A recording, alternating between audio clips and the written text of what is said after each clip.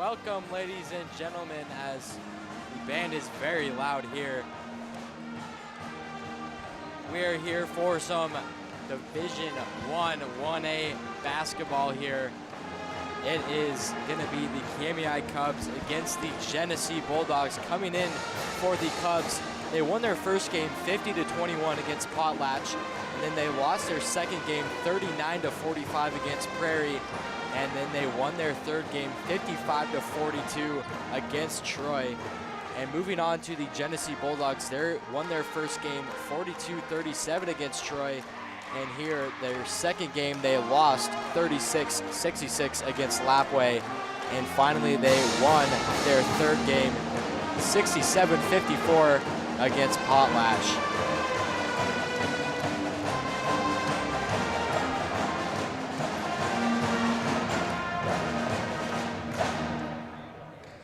So here, finally, that's a loud band here. Very impressive. They sound very good. And you are watching this on the LHS Bengals YouTube channel. And big shout out to Allie, my partner here, supplying all the stats. Yeah, well, it's pretty easy when you can just look it up on a website and it's all there. Don't really have to scour around a whole lot. You did take time, though, to go and get those. Sorry, headphones are a little loud here.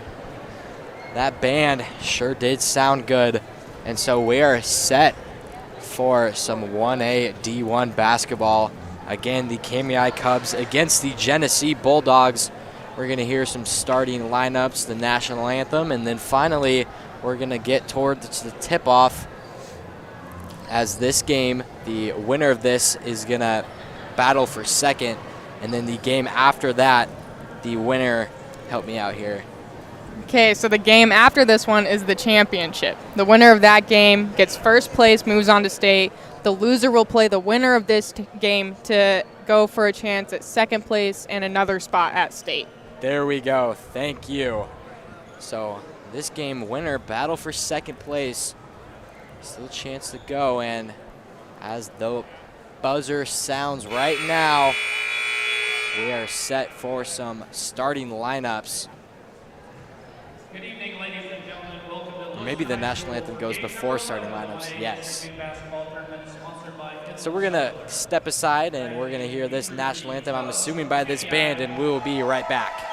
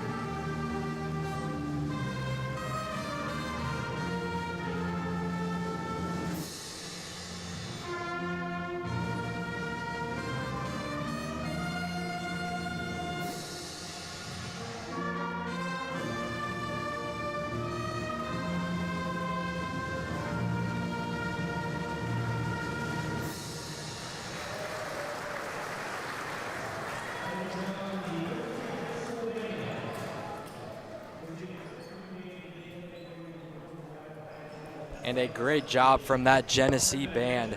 Can't get over that, wow. Really impressive, especially for a 1A school here.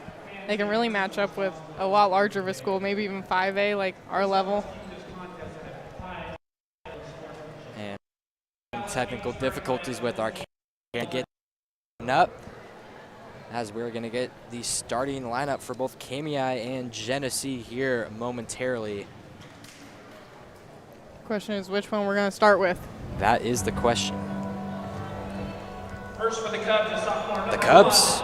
Yep, we're going to start with the Kamiah Cubs. We have number 1, Emma Krogh, a sophomore.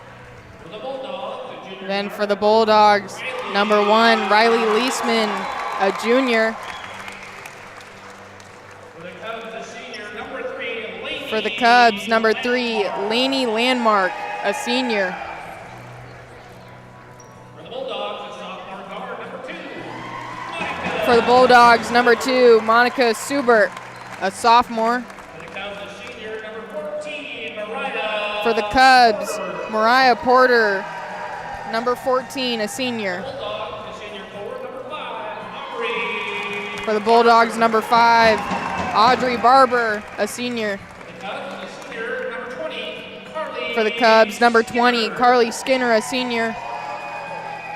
For the Bulldogs, sophomore guard, number 20. For the Bulldogs, number 20, Chloe Greaser, a sophomore. For the Cubs, the senior, number 34, Ashlyn. For the Cubs, number 34, Ashlyn Schoening, a junior. For the Bulldogs, the junior guard, number 22, And then ending it out for the Bulldogs, number 22, Kendra Meyer, a junior. All right, so that is the starters for both teams. Tip-off is just underway. Doubleheader here in Lewiston. As after this, we have the Lapwai Wildcats against the Prairie Pirates, the number 1 and number 2 seed. Definitely stick around for that one. Again, that winner is gonna go to state.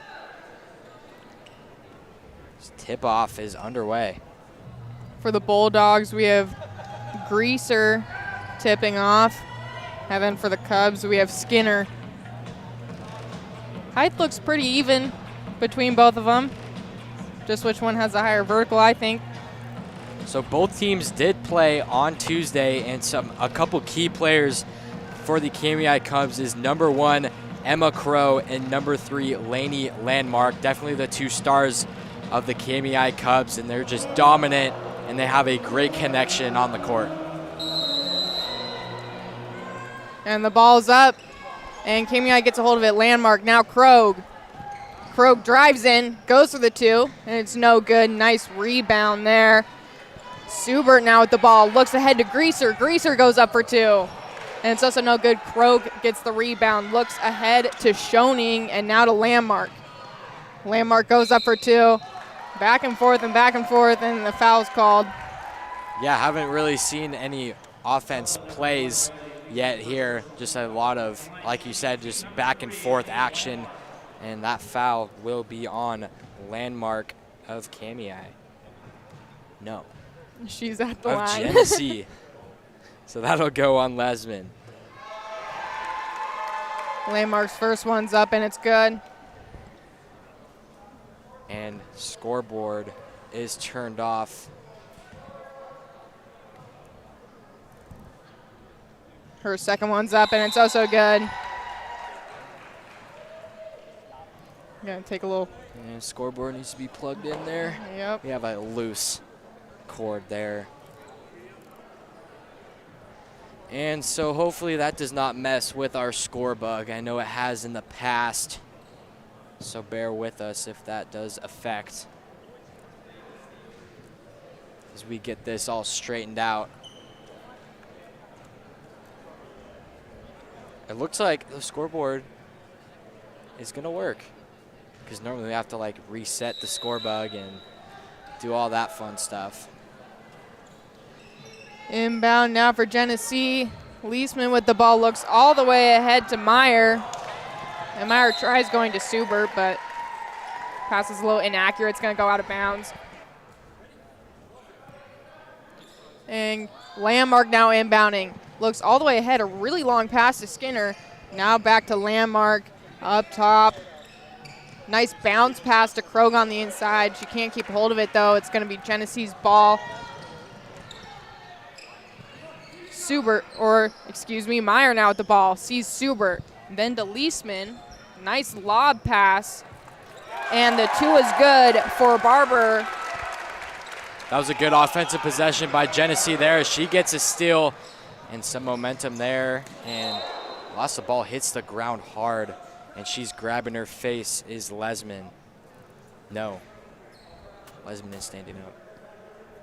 Meyer is on the ground. That is Meyer. Looks like she hit the ground hard. Hopefully she is okay. Shooken up there. And concussion's a big safety protocol here, so she might need to get checked out for concussion. Kind of grabbing at her elbow too. She's, yeah, hit that ground hard.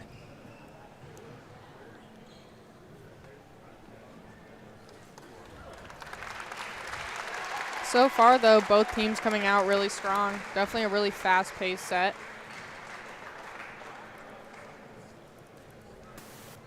Yeah, Genesee kind of really slowed down on that offensive possession and really got the ball moving before they attempted to score. I think that will be the key in this game, is who can get their offense set up more. Meyer's going to take a seat after that hard fall, and Basinger is going to come out for her. So the score is tied 2-2, 7:01 left to go in the first as we get the score bug up and running again. Landmark taking it all the way down, and now Porter. Porter drives in, kicks it back out to Landmark. Landmark with the three, and it's no good. She did hit a couple of important threes in that very first game against Prairie, but Kamiah is not able to stop Prairie's momentum. And now Leisman with the three, and it's no good. A good offensive rebound, and the 2 points for Greaser. Porter now at the ball, looks at a Landmark. And again, Landmark taking it down the court. Good ball handling, goes up for two. It's no good. And Greaser gets the rebound. Taking the ball down the court, goes to the quick two. It's no good. Gets her own rebound. Yeah, no one's stopping Greaser here. She just kind of kept on going, and no one met her for the defender on Kamiah, and she just took it all the way. Fortunately, she did miss, but it will stay Genesee ball. And Barber now at the ball, then sees Subert. Subert goes up for two, and it's knocked out of her hands.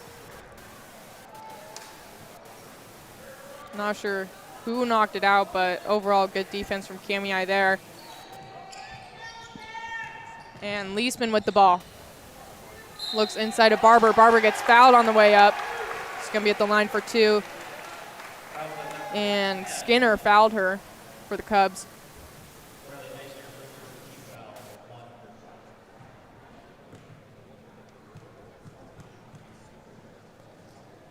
And Leisman's first one's up, and it's good.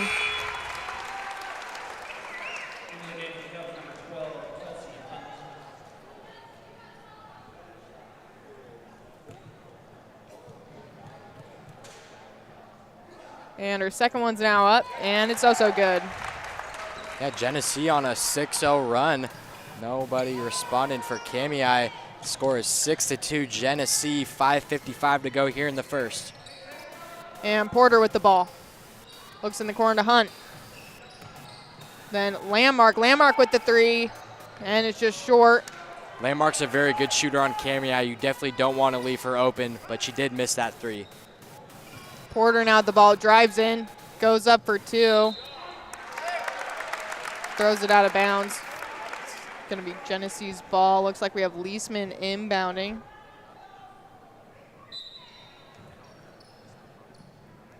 Leisman then sees Greaser, back to Leisman. And a long pass gets intercepted by Porter. Porter then sees Schoening, and now Hunt. Landmark all the way to the right to Porter.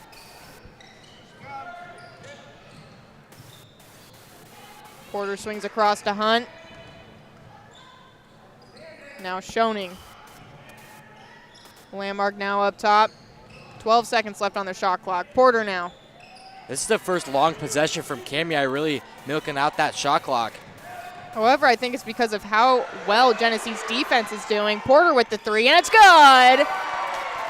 Banked it in there. Kind of heaved up a last-second shot, and it did go in. Kamiah with the 2-2-1 press here. And Schoening gets a hold of it. And there's going to be a foul on the ground. She'll not be going at the line for two. with that last possession, even though Kamiah did get 3 out of it, that was really great defense from Genesee.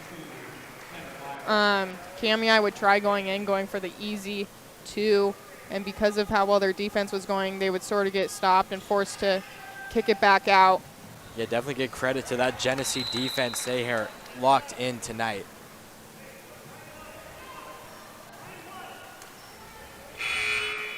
And we're going to have a sub for Genesee.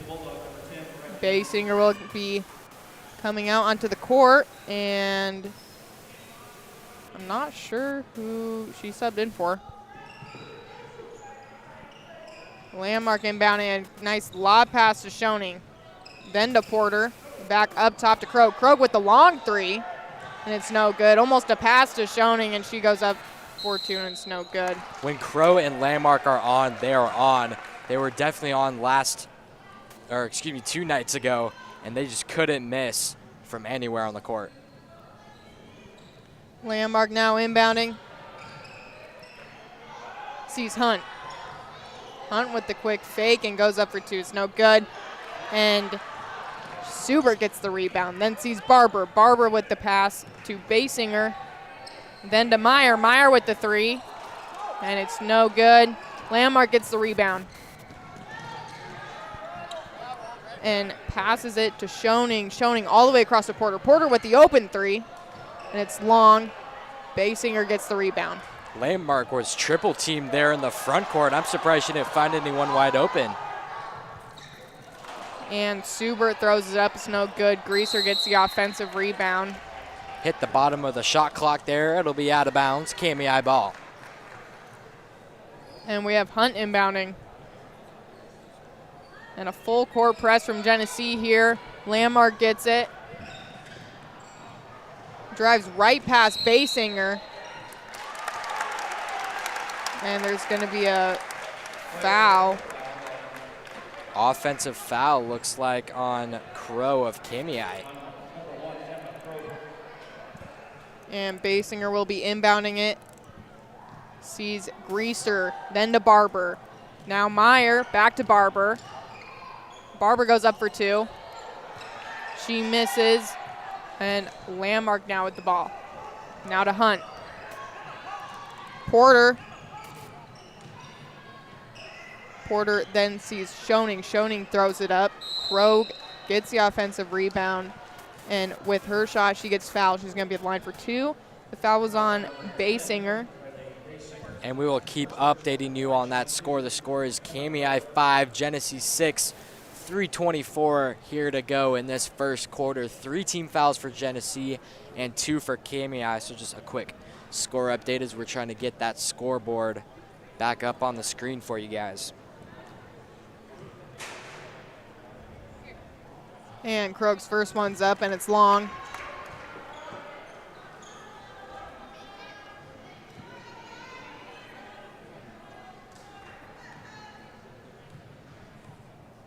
And her second one's up. And it's good. It's going to be some subs. We have Lowen coming onto the court and Schoening taking a seat. And Basinger inbounding. Sees Greaser. Back to Basinger. And we see the full court from Kamiah too, but Genesee easily beats it. Barber throws it up. It's no good. Hunt now with the ball. And Hunt sees Landmark, now Porter. Krogh goes in, and she gets fouled. Yeah, Krogh took that 1-on-3 chance, and she got a floater up in a foul drawn for Krogh, so great job by her. That foul is going to be on number 5, Aubrey Barber, her first, team's 4th. And Krogh's second time at the line. She's 50% so far, and her first one's up. And it's no good. Yeah, free throws are a big part of this game and in this tournament. A lot of teams have gone to the line, and it's just a matter of capitalizing on those free points.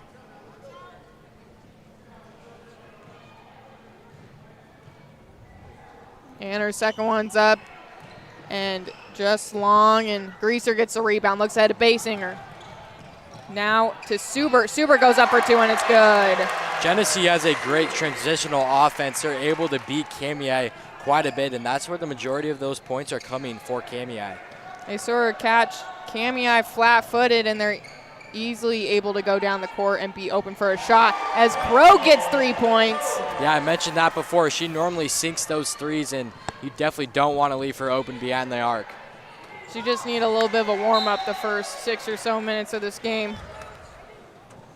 And another big part of this game is handling the ball, making smart passes, not forcing the ball inside or just trying to, panic while breaking the press. You need to stay poised and making the smart decision of where you're going to pass.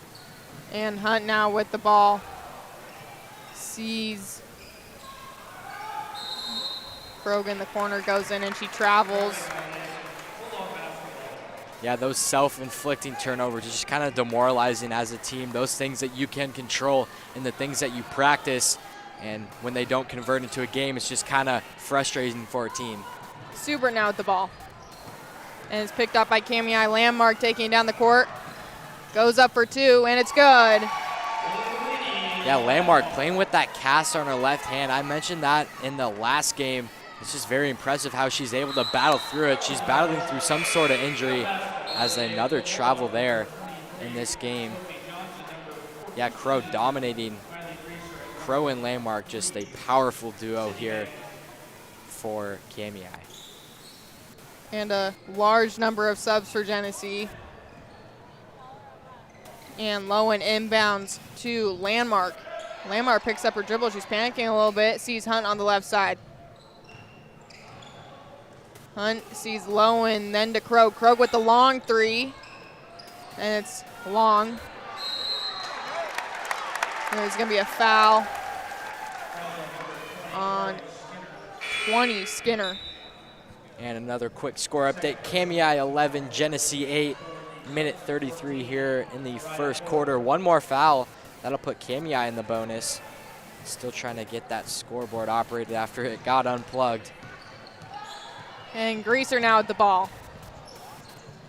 And Banks tries to save it.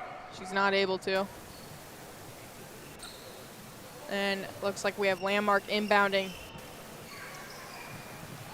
Sees Hunt. And Hunt takes it all the way down the court after a nice screen from Landmark. Hunt to the right to Landmark. Kamiah has really slowed it down on offense. I don't know if it's because of that Genesee defense or if that's kind of the game plan there, but I think it's Genesee's defense. They're doing a great job of poking that ball free and causing turnovers. And despite Genesee's press getting beat pretty easily and Kamiah getting down the court pretty fast, Genesee is recovering like super quickly, and they're able to get back and stop Kamiah from having an easy layup. So that kind of bailed Kamiah out on the play clock. It was down to 7, but then a foul from Greaser resets the shot clock and puts them in the bonus. And Landmark's going to be at the line. She's 100% at the line right now. This is her second time. And her first one's up. And it's no good.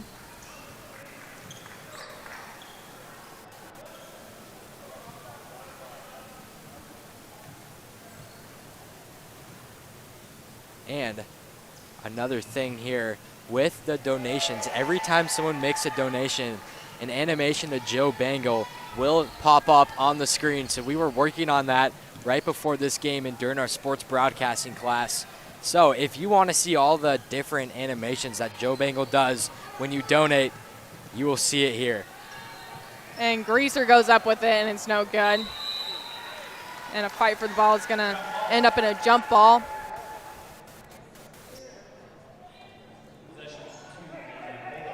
And Greaser is going to be inbounding. And Greaser sees Meyer. Meyer goes for the 3. It's just short. And Hunt gets the rebound. Takes it down the court. Sees Landmark on the right. Then all the way in the corner to Lowen. Then back up top to Porter. Back to Lowen. Up top to Landmark. And Krogh now. Krogh with the long three. And it's short. Hunt gets the offensive rebound, then sees Porter. Got to get a shot off right here. And good effort from Kamiah there, but it does not result in any additional points going on the board. So at the end of the first quarter, it is Kamiah 12, Genesee 8, and we're going to step aside and we will see you at the start of the second quarter.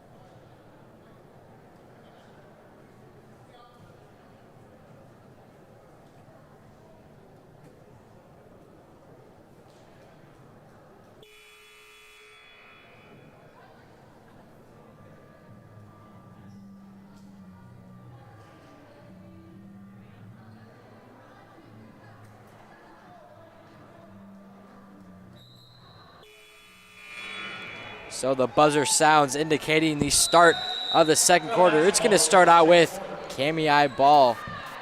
Again, 12-8, Kamiah in the lead. And Landmark inbounds it to Hunt. And now Lowen, then Krogh in the corner. Back to Lowen up top. Nice move from Lowen. Sees Krogh, then up top to Landmark. Landmark with the three, and it's short. Porter with the offensive rebound. Lowen now looks to Krogh inside.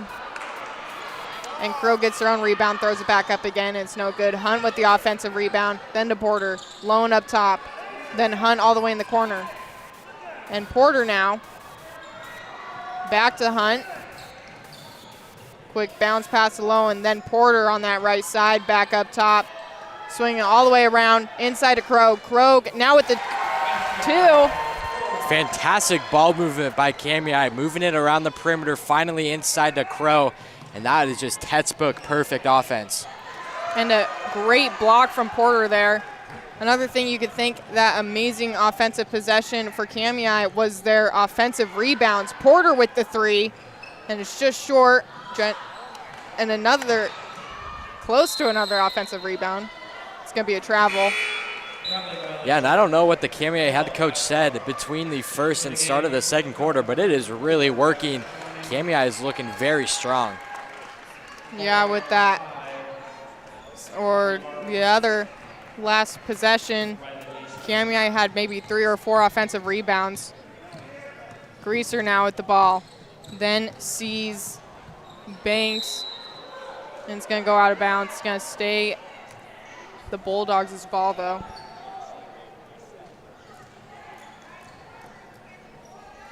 And Greaser inbounding.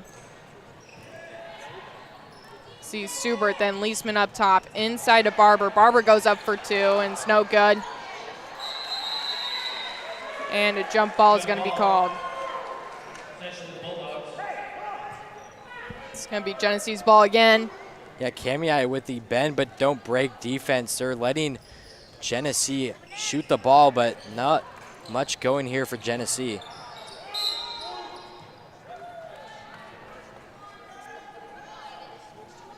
And Genesee will be inbounding again.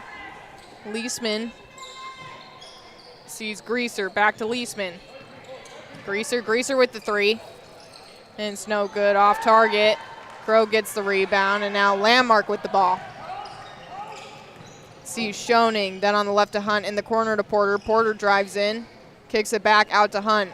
Back up top to Landmark. And now Schoening in the corner with the quick jump shot. And it's long. It's going to be knocked out by a Genesee player. It's going to stay Kamiah's ball. Landmark inbounding. Kamiah in the box formation on offense, taking the ball out of bounds. Genesee in the 2-3 zone. And Landmark with the 3. And it's short. And another jump ball will be called. This time it's Kamiah's ball. Jump ball, possession of the Cubs.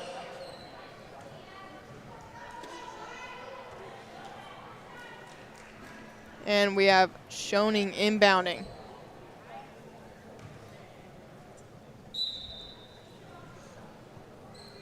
And now Porter up top. All the way to the right to Schoening, then to Hunt. And Hunt's gonna travel when she tries to pump fake. Yeah, there's only 2 seconds on the shot clock, so I don't know if she would have got a shot off anyway.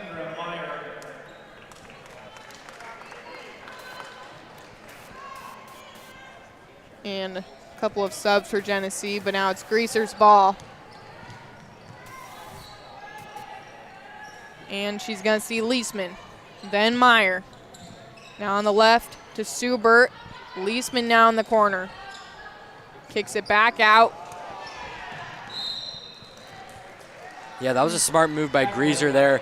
Catching the ball in the backcourt, that was a backcourt violation, but that is better than Kamiah stealing the ball and getting an easy 2. And Kamiah now with the ball, Schoening. Then on the left to Hunt. Now Porter inside to Krogh, then to Hunt. And Hunt is going to travel again when she tries to pump fake. Yeah, she kind of gets an extra pivot foot when she catches the ball there, and just kind of a different catch there, and she needs to make sure she gets her left foot planted before she catches it. So I think at this point you either realize your mistake and fix it, or completely retire it from your tool book or toolkit right now. Meyer throws it up for 2, and it's good. Nice floater there from Meyer, finally depleting that Genesee score drought. And despite Genesee's score drought, Kamiah did not pull ahead. They're only ahead by 4 with Kamiah at 14 and Genesee at 10. Krogh with the ball, then sees Hunt at top. Back to Krogh. Krogh goes inside, sees Hunt. Hunt with the 2, and she misses. There's going to be a foul on number 1, Krogh. And a quick score update. Kamiah 14, Genesee 10. 4:29 to go here in this second quarter, and that will be Krogh's second personal. And Greaser now with the ball. Sees Leisman, then to Meyer. It's pretty crucial that Genesee sets up an effective offense right now. Greaser now. Kicks it back out to Subert, and Subert's shot misses everything. Yeah, Genesee just kind of looking out of sync there on offense, as the head coach of Genesee is going to call a timeout. We're going to go ahead and take it with them. 4:09 to go here in this second quarter. Kamiah 14, Genesee 10.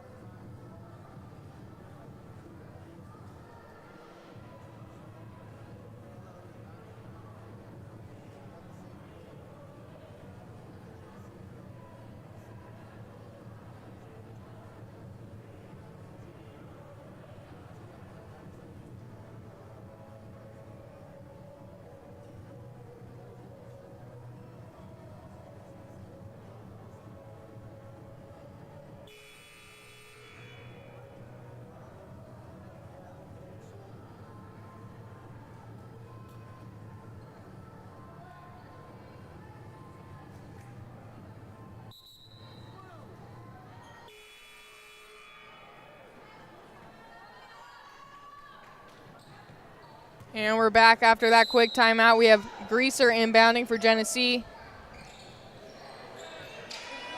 And she does a long pass to Subert up top. And Greaser in the corner with the 3. It's no good. And Porter's going to get the rebound.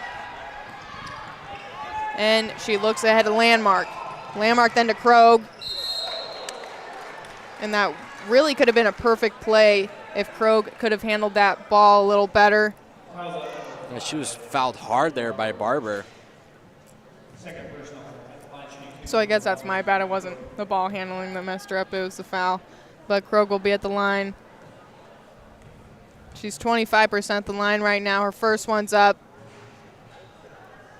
And it's no good. Thought that was going to go in after a couple lucky bounces. Yeah, hit the rim like 10 times.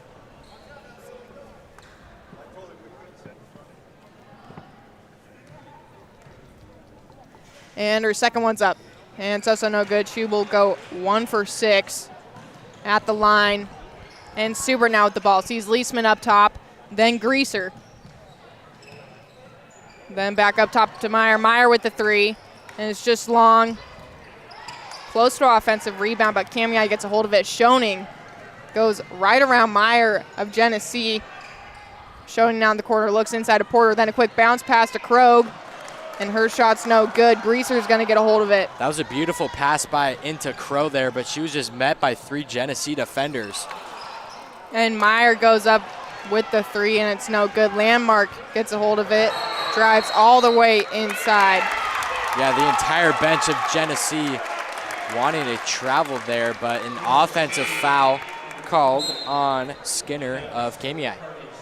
That is already her 3rd personal, and she's going to take a seat. And it looks like Hunt's going to replace her on the court. And Greaser now at the ball. Then hands it off to Meyer. Meyer then sees Suber on the left side. Now a quick bounce pass to Barber. And she passes it right to Krogh of Kamiah. Landmark now at the ball. Landmark drives on the right side. Hands it off to Schoening. Then to Porter. And now inside to Hunt. Hunt in the left corner to Schoening. Back up top to Landmark. And now Hunt. Again, Kamiah being patient. Schoening with the 3-point shot. It's no good. Great job by Kamiah hitting the rim, resetting the shot clock. And I don't know if it's Kamiah being patient or that tough Genesee defense. Genesee's definitely holding them to only shoot at the 3-point line, and so far they have not been super accurate. But as I say that, Porter with the 3, proving me wrong.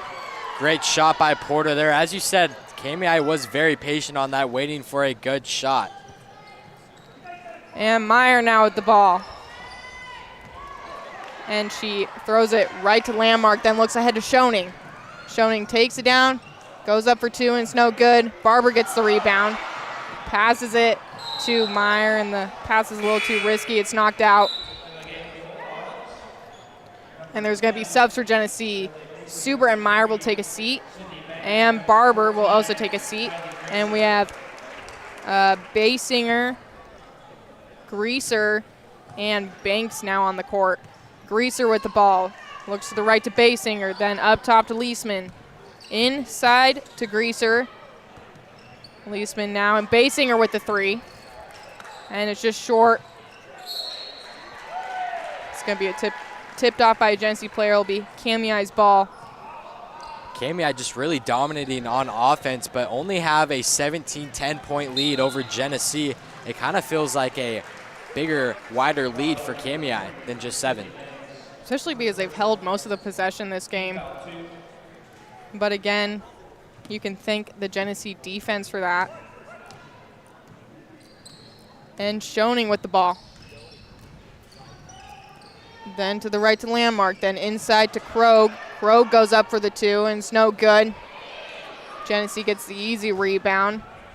And Basinger with the ball. Then to Leisman. Leisman with the really long 3, and it's short. She would have taken a couple of steps up. I think that could have been on target. Landmark now with the ball. Goes up for 2, and it's no good. Genesee gets the rebound. Greaser with the ball. And again, this is just back and forth. Greaser now goes up for 2, and it's no good. And Krogh gets the ball. Genesee with a lot of good opportunities on offense. Maybe a force there from Leisman there on that very long top of the key 3. But just shots not going in for Genesee. And Greaser with the 3. And it's no good. Banks gets the rebound and the 2. Great spatial recognition by Banks, realizing where she was at in the court and just going right back up for two, finding herself wide open on the left side of the key. And Porter now with the ball. Then sees Landmark. And now tries to go to Krogh, but it's picked up by a Genesee player. Greaser gets a hold of it. Passes it up top to Banks, and Banks with another two. So at the end of the second quarter, Genesee really finding their stride on offense, only down 3. And Porter with the ball. Goes up for two, and it's no good. Krogh gets the offensive rebound, then sees Landmark, then Hunt on the left side, goes for the three, and it's no good. So Genesee really showing some light here at that end of the second quarter. Kamiah 17, Genesee 14. We'll see how both teams adjust here coming into this third quarter. And there is Genesee's band showing out. And we're going to step aside, and we will see you at the start of the third quarter.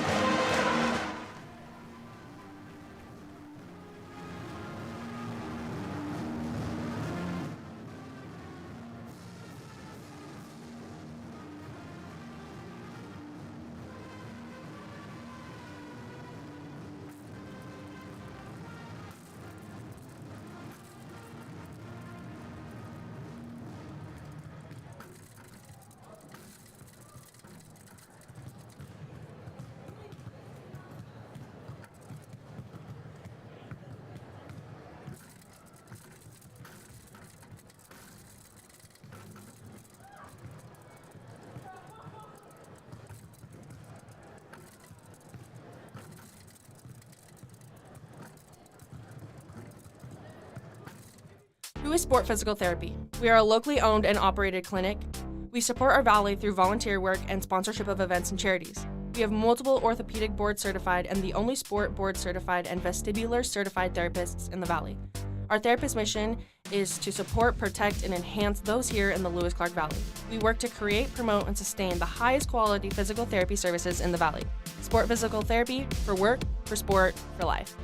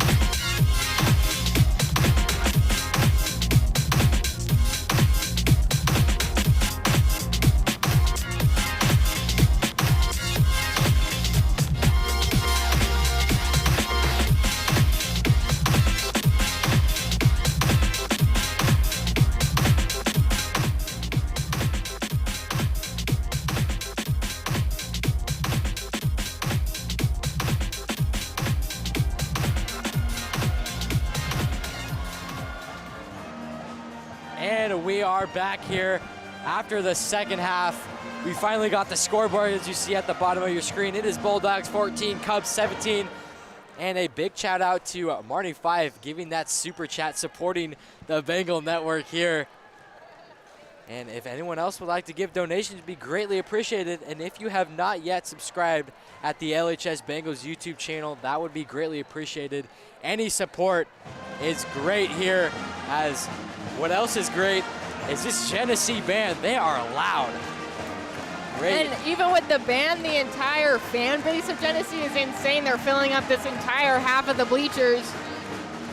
Definitely a good show out for Genesee. They only find themselves down 3, so it is set for an electric second half for sure. And we'll see if Genesee can pull out of this game or if Kamiah will stay in the lead. Yeah, the players and the coaches might not like a nail biter, but I definitely do. Yeah, and the fans definitely do too, even if it is stressful, but it sure makes it a lot more exciting as Kamiah comes out of the locker room. So we saw Genesee at the end of the second quarter really turn it up on offense there and just looked unstoppable for a last couple of possessions. So we'll see if they can continue that momentum. And this game is pretty special because Genesee, their defense has been super strong the entire game. However, their offense has been a little rusty a little bit, not really getting a whole lot of points on the board. But then Kamiah, due to Genesee's defense, their offense has been a little rusty, and their defense has been pretty good. Definitely a defensive battle, pretty low-scoring game here in Lewiston, but it's going to start with Greaser. And now Leisman up top, then quick pass to Greaser inside. Now Barber goes up for 2, and the 2 is good. Great way to start the second half for Genesee. Yeah, it looks like Genesee really stopped where they left off. And Schoening goes up for 2, and it's no good. Quite a bit of contact there. No foul there. Schuing may have initiated that. And Leisman now with the ball. Long pass to Meyer. And then Landmark picks it up. And then Genesee steals it again. And Barber gets a hold of it. Then Meyer. Swung all the way across, and now looks like Greaser's going to take the shot. It's just short, and Suber gets the offensive rebound and the 2 points. Yeah, she was just kind of at the right place at the right time, hit the front of the rim and right into her hands. She went up for 2. And just like that, Genesee's in the lead. Good effort from both girls to get that ball. It's going to be a jump ball. Leisman, I think, sort of dived onto it. And these stadiums are really starting to fill up, as right after this game, it will be Lapwai and Prairie, the #1 and #2. As I said, winner goes to state as number 20, Carly Skinner, sinks the 3. Definitely a way to switch that momentum from Genesee over to Kamiah. Genesee has it. Meyer now. And she travels, feeling a little bit of pressure from Skinner's 3-pointer. And Landmark's going to be inbounding. Yeah, that 3-pointer from Skinner really shifted that momentum towards Kamiah. Genesee had a lot of built momentum from that second quarter going on to the third. Schoening now with the ball. Then sees Porter. Back to Schoening in the corner. And now inside to Krogh. Back outside of Porter. Porter with the 3. And it's short. Greaser gets the rebound. Sees Meyer.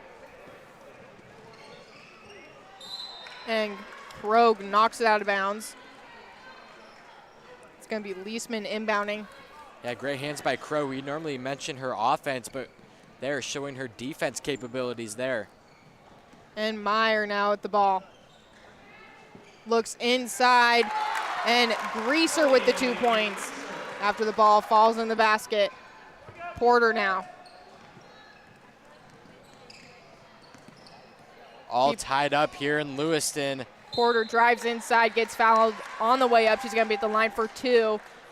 Fouls on number 5, Barber. Both defenses kind of breaking down here. You know, I guess either the offense is either turning up or that defense is struggling for both sides. And Porter's first one's up, and it's no good. Porter making that big-time 3 a couple possessions ago. Second free throw's up, and no good. And Landmark with the offensive rebound. Then sees Porter up top, then to Schoening. Schoening with the open 3, and it's no good. Leisman gets the rebound. Tries to see Barber, but Kamiah gets a hold of it. Porter now. I think Genesee's a little flustered, having some inaccurate passes that leads to turnovers. And Schoening now with the ball. Then Krogh. Krogh with the 3, and it's no good. The offensive rebound for Porter. And Skinner goes up, and she's going to be fouled on the way. Fouls on number 5, Barber. That is her 4th personal, so you can only imagine that she's going to take a seat. Probably not going to see her till the 4th. This is Skinner's first time at the line. Her first one's up, and it's no good.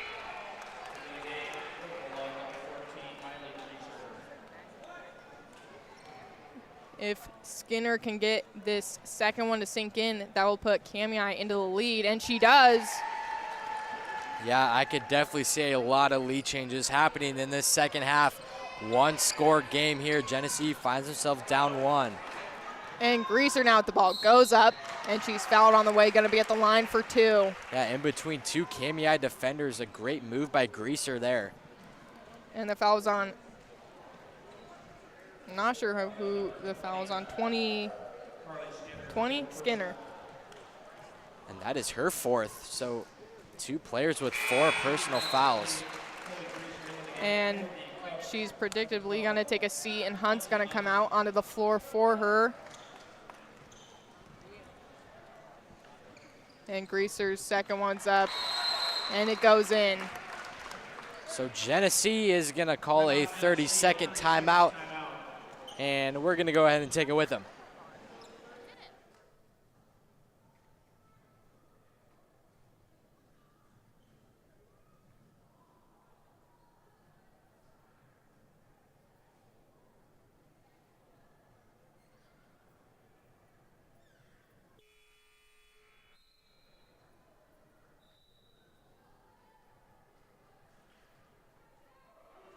So after that short timeout called by Genesee, we are back for some third quarter action.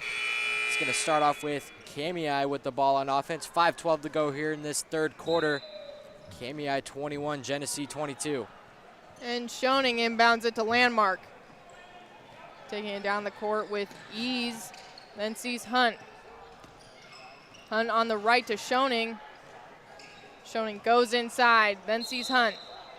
And it looks like Hunt stepped out of bounds. It's going to be Genesee's ball. And Leisman inbounding, sees Greaser.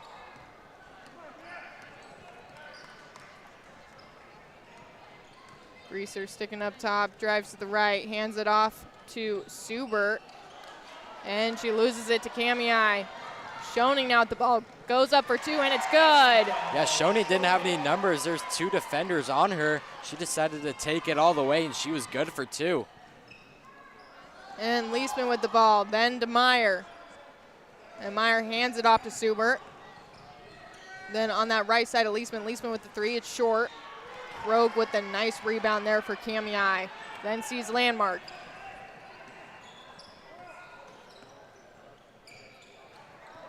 Landmark taking her time up top, sees Schoening, then on the left Porter, then in the corner to Hunt. Back up top to Landmark, inside to Krogh. Landmark with the open 3, and it misses everything. It's going to go out of bounds. Yeah, it was kind of off there. She's not normally a catch and shoot type of player. She normally brings it down and does a couple dribble moves, some ball handling before she gets up. It's kind of a off the mark shot there. And Greaser then sees Leisman, now Meyer. And Meyer drives on that left side, Swings it up. Greaser gets the offensive rebound. And then her own rebound, but it's knocked out by Krogh. Porter gets a hold of it. And now Porter sees Schoening up top. Then on the right to Porter. Back down at the post. Then back up top. Hunt. And now Schoening. Landmark now. Porter. And a quick bounce pass inside to Krogh. Krogh goes up. And it's no good. Offensive rebound. And Schoening drives up. Good block from Leisman. Yeah, great defensive possession for Genesee. Kamiah just not too aggressive on offense, but yeah, give credit to that Genesee interior defense. There's a couple of times where Kamiah is able to get it inside to the key, but due to Genesee's amazing defense, the shot from there is still not very good. And Leisman with the ball. Then sees Banks. And now Basinger. Then Leisman up top. Quick pass inside to Greaser, and Greaser with a nice two. Great play there from Genesee. And Hunt now with the ball. Sees Landmark. Then to Lowen. Back to Porter up top. Then on the right to Landmark. And Landmark drives in. Goes up for two. It's no good. Banks gets the rebound. And it's knocked away from Landmark. Porter gets a hold of it. Then sees Landmark. Yeah, kind of sloppy offense from Kamiah there as Genesee is able to knock it away, but give credit to this Genesee defense. They are really locking down here in this third quarter.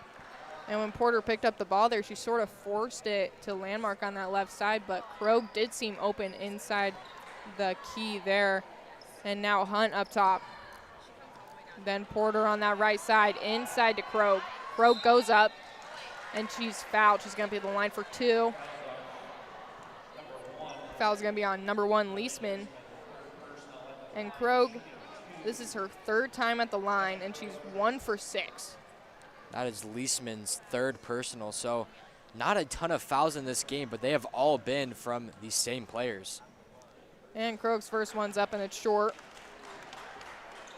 Yeah, as you mentioned, now 1 for 7. Kind of struggling from the line there. She normally is a very solid player here, still making a pretty good impact, but in this close of a game, you need to connect on your free throws.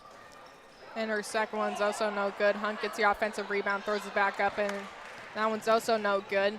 Subert gets the rebound. Hunt has done a great job in this game on getting boards, both offensively and defensively. Ball just kind of falling in her hands. And she seems like a great pathway for the traffic of Kamiah's offense to go through. Definitely produces crisp passes to her teammates throughout the entirety of the game.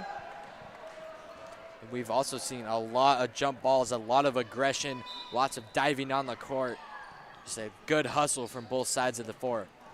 And you definitely see that intense spirit due to this being where if they lose, they're out of the tournament. If they win, then they have a chance for second place and that state position.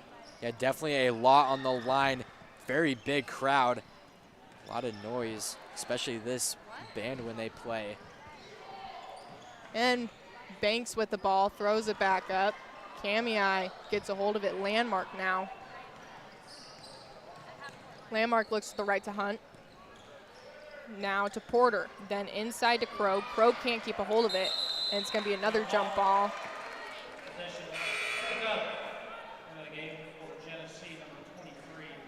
And Leisman's going to take a seat for Genesee. And Johnson is going to come out on the court. And Landmark inbounds to Hunt. Back to Landmark. Then all the way across to Lowen. And then Porter in that left quarter. Back up top to Hunt. Hunt drives in. And she's fouled on the way. Going to be at the line for 2. And the foul is on 2. Subert.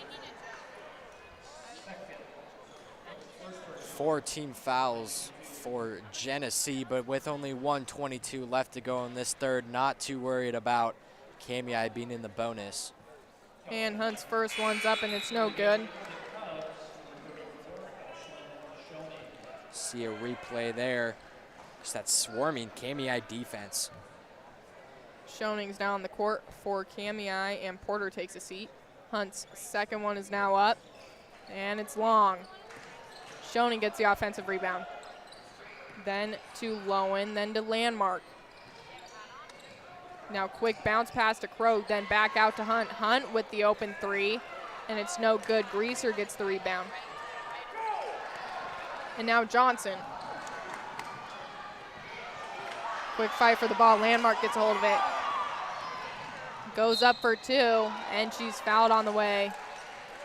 Lots of missed shots on the last half of this third quarter. And the first half, everyone was making it was boom, boom, boom, and it's really slowed down here in the last part of this third quarter, and a lot of missed free throws for Kamiah. This is Landmark's third time at the line, and she's 75% at the line right now. And her first one's up, and it's good.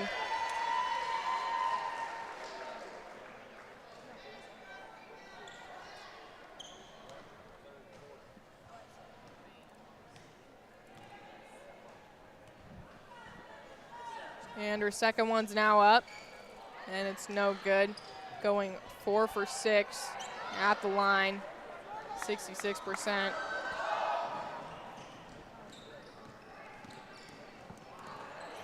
And Banks with the ball. Then sees Greaser. Then back out to her sister. She takes a three, it's no good. Johnson gets a hold of it, almost loses it, and there's gonna be a foul. Aggressive defense by Shoeing there. That's just her first personal, and only the second team foul for Kamiah. And Johnson will be inbounding. Sees Greaser. Greaser then to the right to Suber, back inside to Greaser. Greaser throws it up. It's no good. Shot clock is off. A whole bunch of girls diving for the ball there. That's almost looking like a football game out there, the amount of people who are on the court as Crow is down there. You do not want to see that for Kamiah. But she gets up on her own power.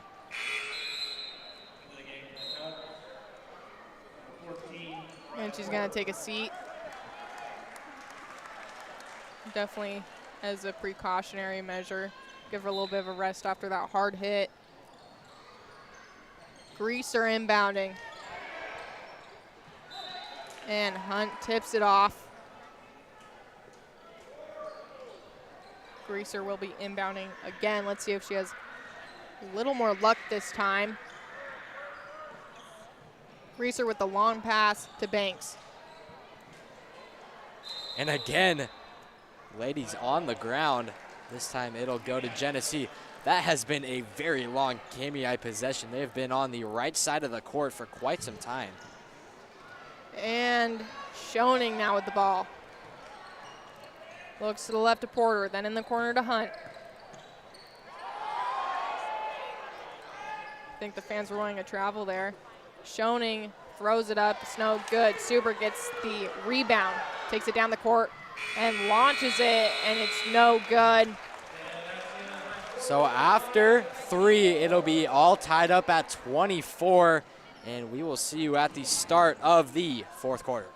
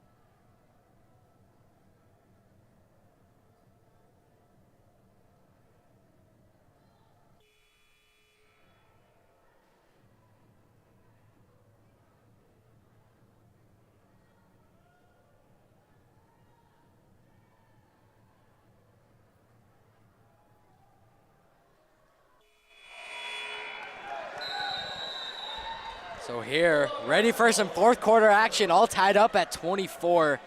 We will see which side comes up on top. We might see an overtime game, who knows? the way this game has been going, no more than a 3-possession game at any time, and it's going to start off with Genesee. And Super with the ball, then sees Greaser. Greaser goes up, and it's no good. Krogh gets the rebound. So Krogh looks like she is going to be okay in the game now. I think I would be pretty excited to have an overtime game. However, the players playing the game after this in the championship, I don't think they'll be super happy about that. And that does mean we'd be getting home at a later time. It is a school night. But, I mean, who cares about that? We're talking about some overtime basketball. We'll definitely take that as Genesee creates a turnover. And Greaser with the ball. Sees Subert on the left side. And that. Yeah, this defensive battle just continues. Very low-scoring game at 24 apiece. I don't know how many points were in the third quarter. Not much. No, I think going into the second half, Kamiah may have had 17 points.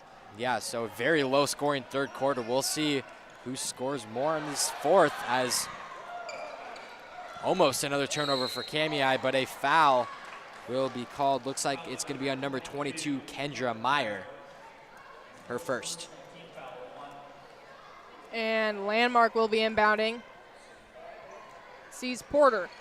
Back to Landmark, then all the way across.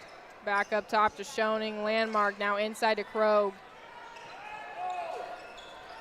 And Skinner with the shot. It's no good.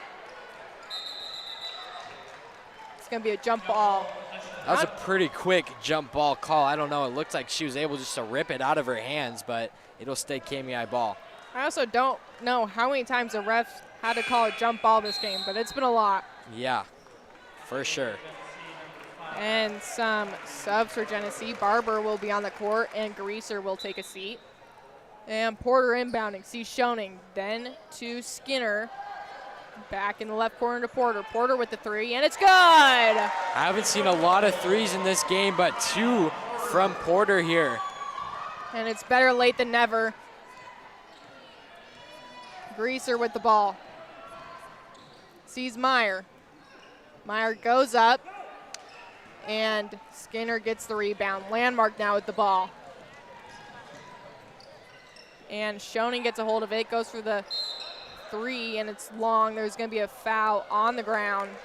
Foul's on number 1, Leisman. Her 4th personal. Yeah, she's going to have to be careful there. She's a star of this Genesee team, and with 4 personals, looks like she will stay in the game. Skinner then sees Porter. Porter with the three, and it's long. Leisman fights for the rebound, and there's going to be a foul. Kra running a travel there, and don't very disagree with that one. She's kind of shifted her feet there, but she was just trying to keep the ball in her hand, so I don't blame her. And Greaser now with the ball. Hands it off to Subert, then to Meyer, back to Subert. Subert goes in, throws it up, and it's good for 2. Genesee able to respond eventually to that Skinner three, and it is a 1-point game here. Krogh with the ball, goes up for 2, and it's just long. Greaser gets the rebound. And good recovery from Kamiah's defense. Yeah, she shifted her feet there right before she shot that one. Yeah, that's travel all day. And Landmark will be inbounding. Sees Schoening. Back to Landmark. Taking her time up top. Sees Schoening on that right side. Then the corner to Porter. And inside to Krogh. Krogh with the shot, and it's long. Sort of goes under. And everyone, and I mean everyone on Genesee, wanted a foul there. She got tripped up, but they're just going to say that was from her own power. It'll be Kamiah ball. Schoening goes in. And there's going to be an offensive foul there. Barber's going to be on the floor. She might have hit her head while she took that charge. I don't know if we can get a replay on that one. Yeah, it looks like by the way she's walking. Oh, maybe her left knee. Could also be a little dizzy from hitting her head on the court. Either way, she's pretty ginger getting off. But what a charge there by Barber, putting her body on the line for this team. A 1-point game. That kind of means it's like a 10-point game in a high-scoring game. I mean, with this of low-scoring game, 1 point is quite a bit, as Genesee is going to start off with it after Barber is going to get looked at, make sure she's all right. And Leisman inbounds it to Greaser. Greaser taking the ball down the court. Quick screen from Meyer, then to Subert up top. Subert dancing around a little bit, sees Greaser. Greaser with the shot, misses everything. Almost a pass to her sister. She throws it up and it's no good. And Porter gets a hold of it. She's double teamed, almost loses it. And a strong double team. And a good timeout call by the Kamiah head coach. She was in trouble there, bailing out her player. So with 4:38 to go in this game, it's Kamiah 27, Genesee 26, and we'll be right back.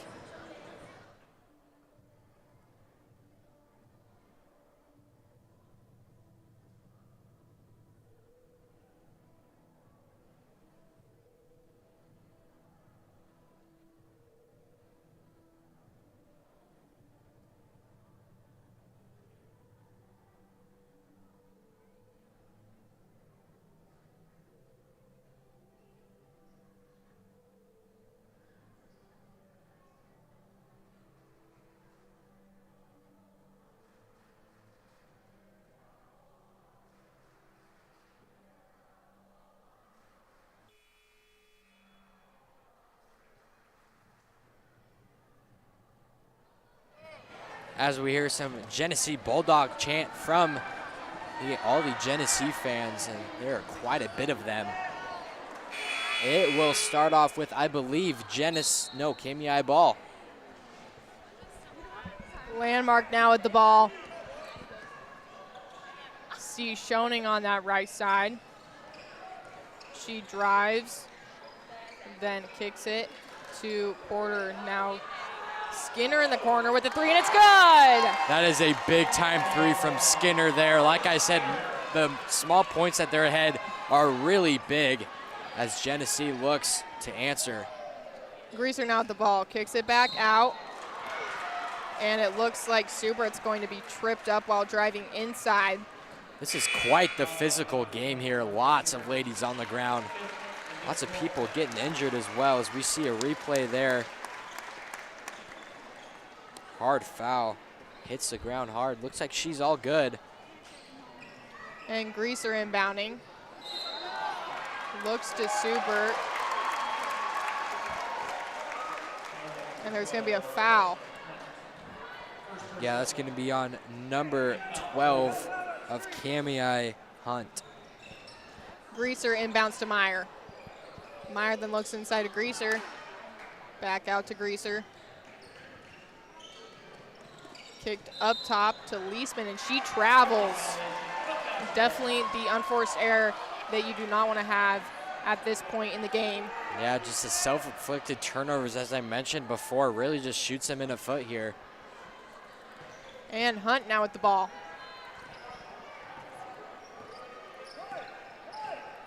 Keeping her dribble alive up top, looks to the left of Porter. Porter with the long three, and it's off target. Yeah, Porter definitely feeling it after she made that three couple possessions ago, and yet another jump ball called here. This time it'll go to Genesee, excuse me.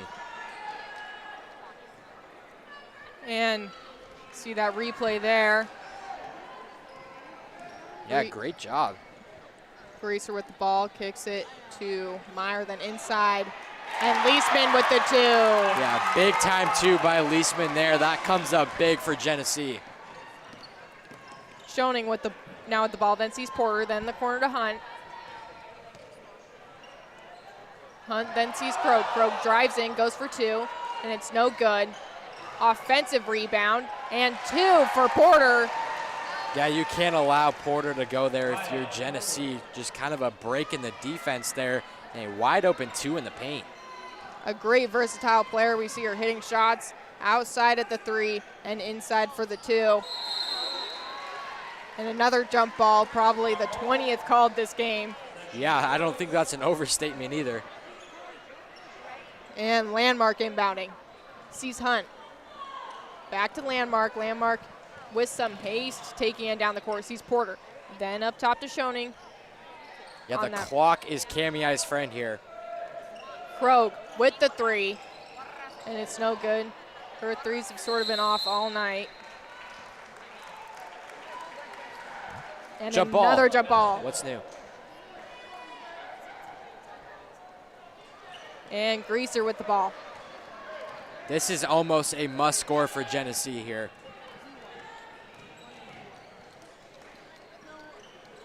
Greaser panicking a little bit, looking for help. Sees Leisman.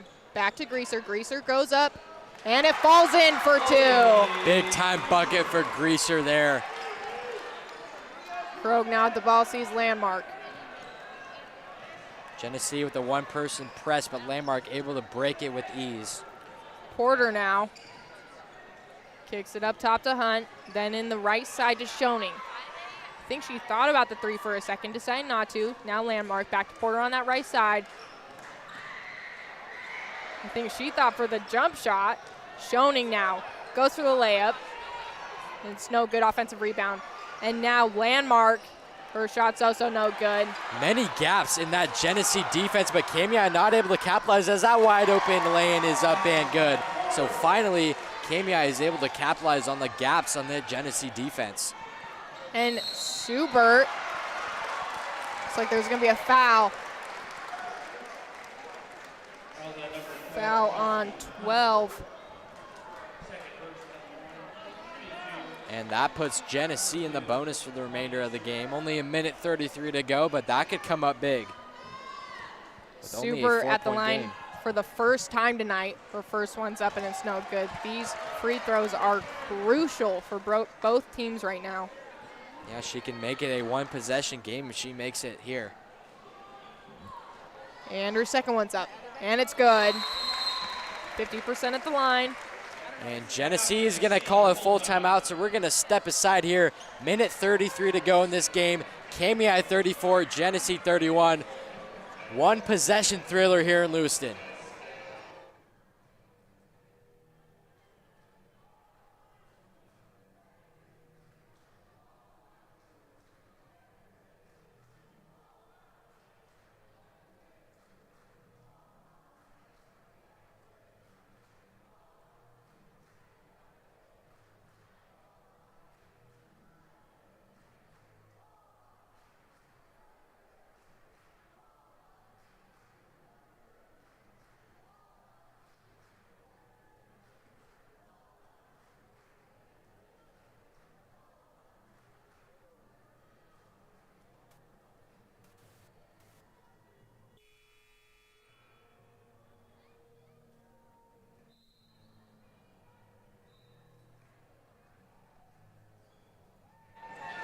All right, 3-point game here. Genesee is down. Ali, what are you gonna tell your players if you're Genesee? I don't know. You know, they've kept the aggression up the entire game, as seen with how many jump balls there are, but maybe just capitalize on the shots that they have. And that is a big time double dribble there. Costly turnover for Kamiah. It'll be Genesee ball. And this is the perfect time for Genesee to shift the momentum in their favor for the rest of this game. Greaser now with the ball. Throws it up, and it's no good. Porter gets the rebound. Then then sees Schoening. Man, I would think if Kamiah scores here, that is almost game over. Landmark now with the ball. Looks to the right to Schoening. Then back up top to Landmark, inside to Krogh. And it's tipped off by Genesee. I think you jinxed Kamiah a little bit there, Asher. Schubert throws it up. After a quick post move, it does not fall in. Hunt gets the rebound. I was pretty close to a travel there, but Genesee needs a stop here. Landmark with the ball. Then sees Krogh. Now Schoening, now Hunt. Swing it all the way around to Porter. Definitely want to waste all the shot clock if you're Kamiah. Landmark now. Inside to Krogh. Back out to Landmark. Landmark with the 3, and it's no good. 24 seconds left on the clock. Shot clock is off. Genesee needs to foul here. Timeout is called. So with 18.7 seconds left, Kamiah 34, Genesee 31. Just a 30-second timeout, so let's keep it here. Genesee, only with 2 team fouls, they can give up 2 and still not let Kamiah be in the bonus. So Genesee needs to be ultra aggressive here, going for that ball, going for the steal. And if they foul, that's not the end of the world. Plus, it'll stop the clock. So for me personally, if I was Genesee coach, that would be my game plan. And if you're Kamiah, you just want to hold the ball as long as you can. Play clock turned off. And you just, as long as you get the ball in bounds and you keep possession of the basketball, you're going to win this game. And the pressure's on. Schoening inbounds it to Landmark. Have to foul here. And there it is. Suber is going to foul. And so this is going to be the longest 15.5 seconds in basketball. Super important. Genesee forces Kamiah to turn it over here. And a long pass to Landmark up top. And she's fouled again by Leisman. That's her 5th, so she's going to be taking a seat. I just like to see a lot better lockdown defense from Genesee, more perimeter defense, and deny defense was the word I was looking for, and just not letting the ball get inside. Yeah, like I said, there's been about probably a minute and a half of real time and 3 seconds, well, a little less than 3 seconds left. That went off of the play clock. And Landmark's at the line for, I think, the 4th time tonight. First one's up, and it's good. So making that a 2-possession game, not looking too great for Genesee with only 12.2 seconds to go. Big time free throw for Landmark there. And her second one's up, and it's also good. Solidifying their lead. So yeah, if you're Genesee, you need to launch that ball down the court, and so it's a 5-point game, you need a 3 and a 2. So you need either one of those first, and it would take a miracle. Again, not a very high scoring game, and gotta get a 3 to go. Yeah, I think in the perfect world, Genesee would launch it down, get that 3 out of the way, and then do a press and steal that ball in the inbound and go up for 2.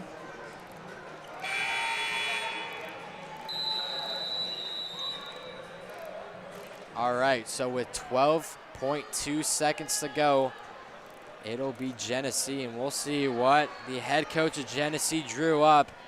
Looks like Kamiah's in a 1-2-2 zone. Greaser driving down the court, sees Meyer, and she's going to step out of bounds.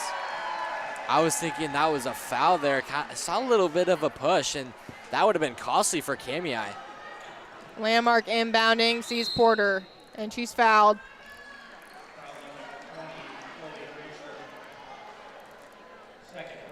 So if Porter is able to sink both of these, then that is pretty much the end of the game, making it a 3-possession game with only 6.2 seconds to go.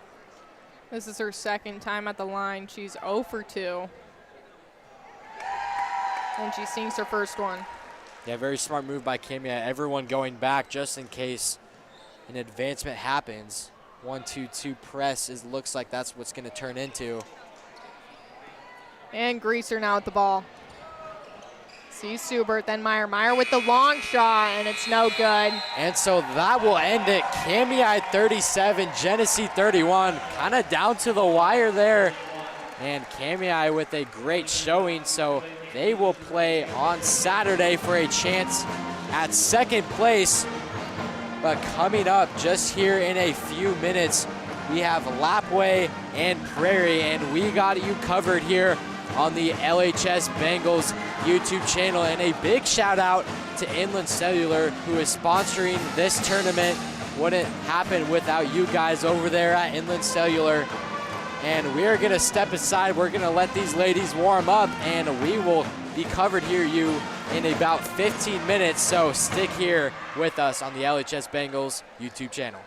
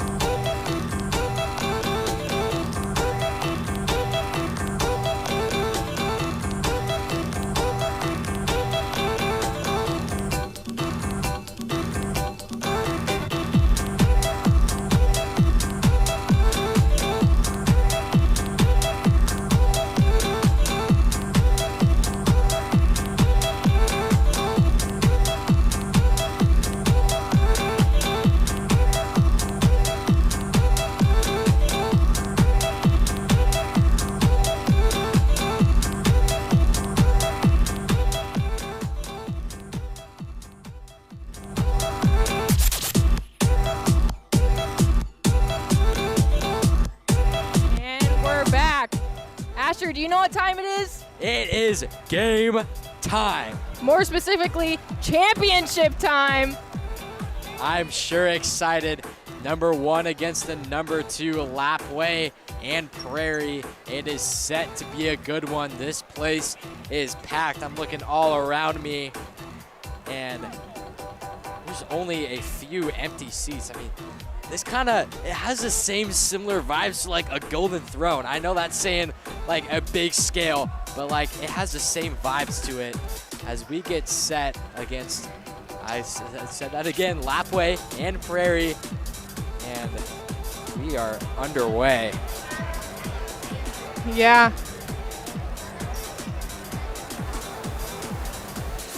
The crowd here is so large that Lewiston here had to pull out the upper level bleachers for there to be enough seating. Sadly, we won't have Genesee's amazing band behind us for these games, but I'm sure the crowd will be just enough.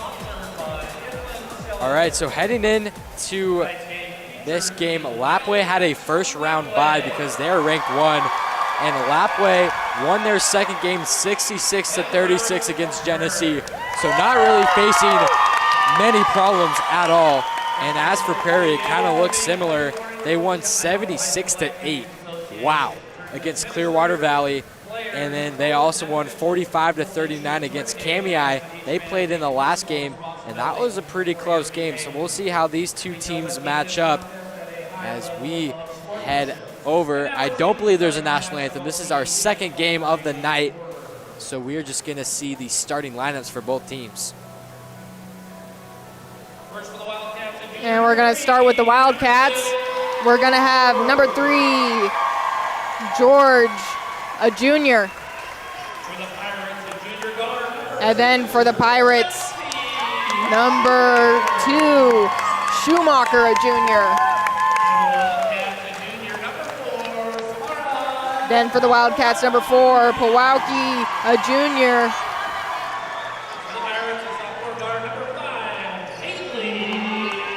Then for the Pirates, number 5, Hansen, a sophomore.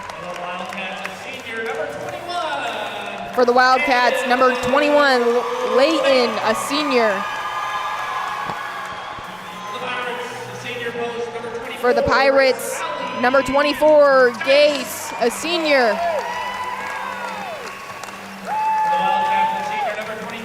For the Wildcats, number 24, Mitchell, a senior.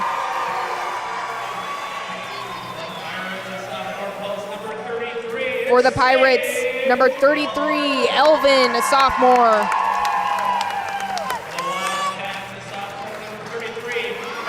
And it off for the Wildcats, number 33, Bisbee, a sophomore.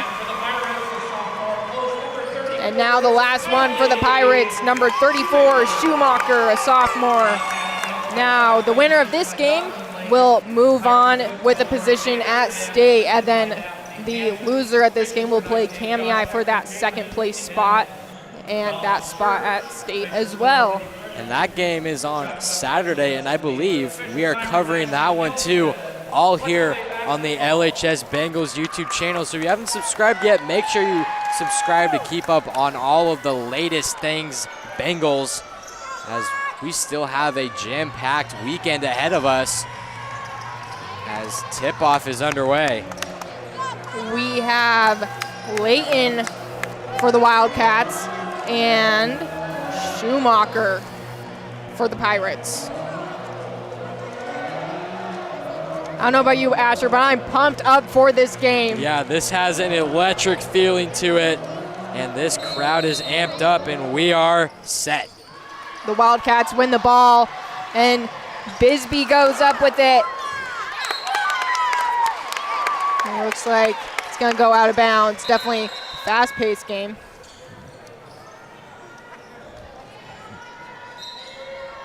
And Schumacher inbounding.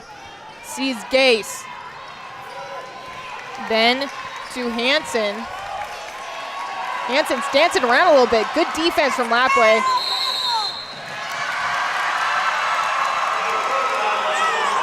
A great press from Lapwai here. We saw this press be as effective as it was in the second round of districts.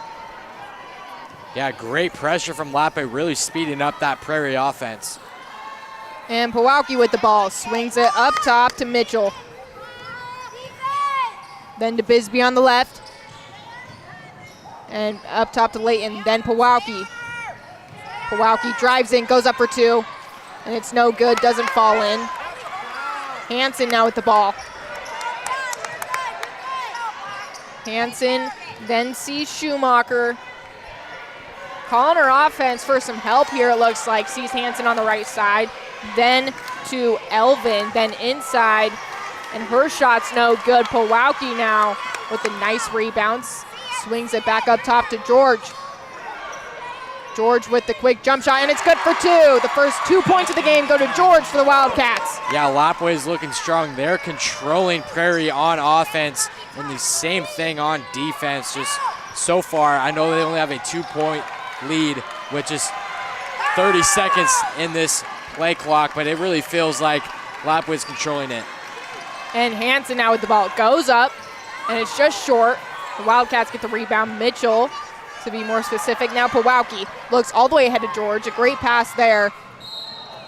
And there's going to be a foul. Foul was on 34, Schumacher. As you see a replay of that, it's a great pump fake there from George, attracting that foul. Bisbee drives in, goes up for the two. She's fouled on the way, going to be at the line. Fouls on 24, Gase. Yeah, that was a good floater there. I thought that was going to go in for an and one opportunity, but that is off the mark, setting her to the line to shoot two. And her first one's up, and it's no good, just a little to the left.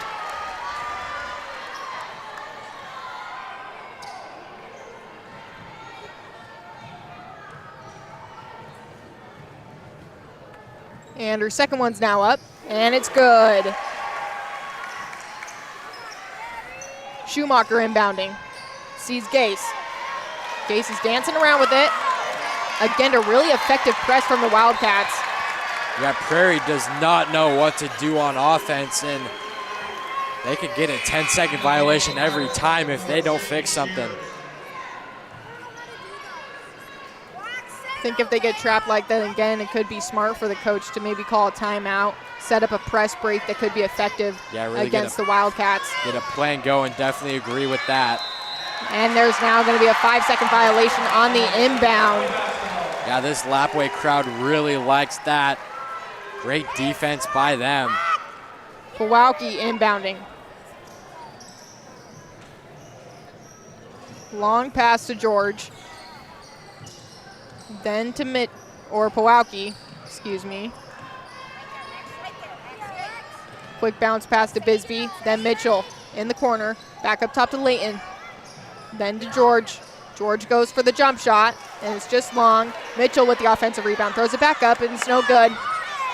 Bisbee with another offensive rebound. Now George. A great pass to Mitchell. Mitchell's shot is just off.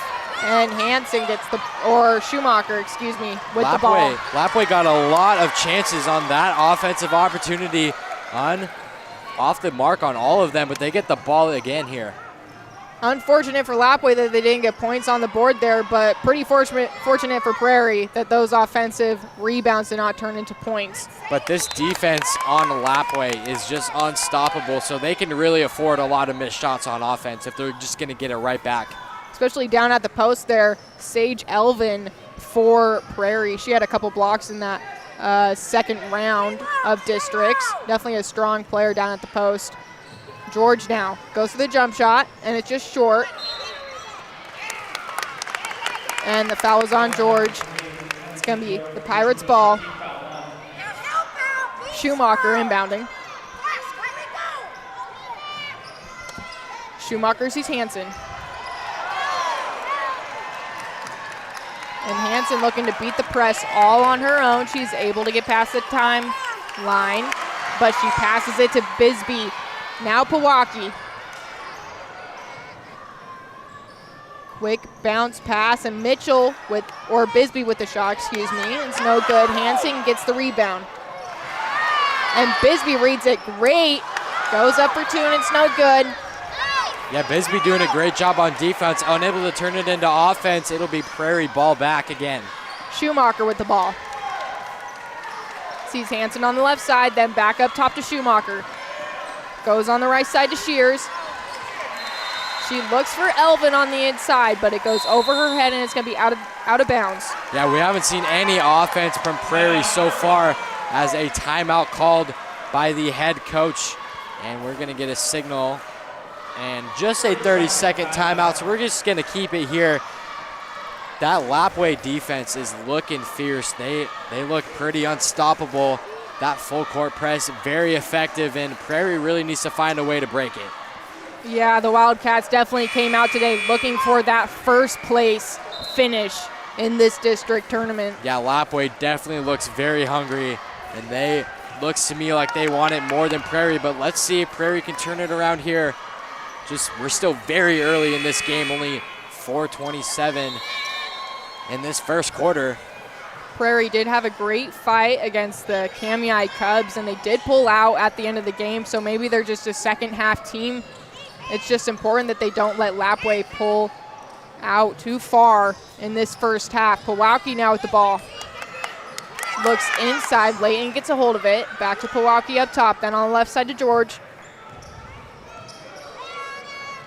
Then to Mitchell. Inside to Pewaukee. Swung back out to Layton, now Bisbee. Bisbee with the jump shot, and it's good for 2. Prairie's interior defense is very good. Once a Lapwai player gets in the paint, they are swarmed by 3. They just need to work on that perimeter defense a little more. Schumacher now with the ball, throws it up, and it's no good. Shears gets the rebound. Now Hanson with the 3, and it's short. Layton with the easy rebound for Lapwai. Now Pewaukee looks up ahead to Mitchell. Then in the quarter, Bisbee. Bisbee with the 3, and it's good!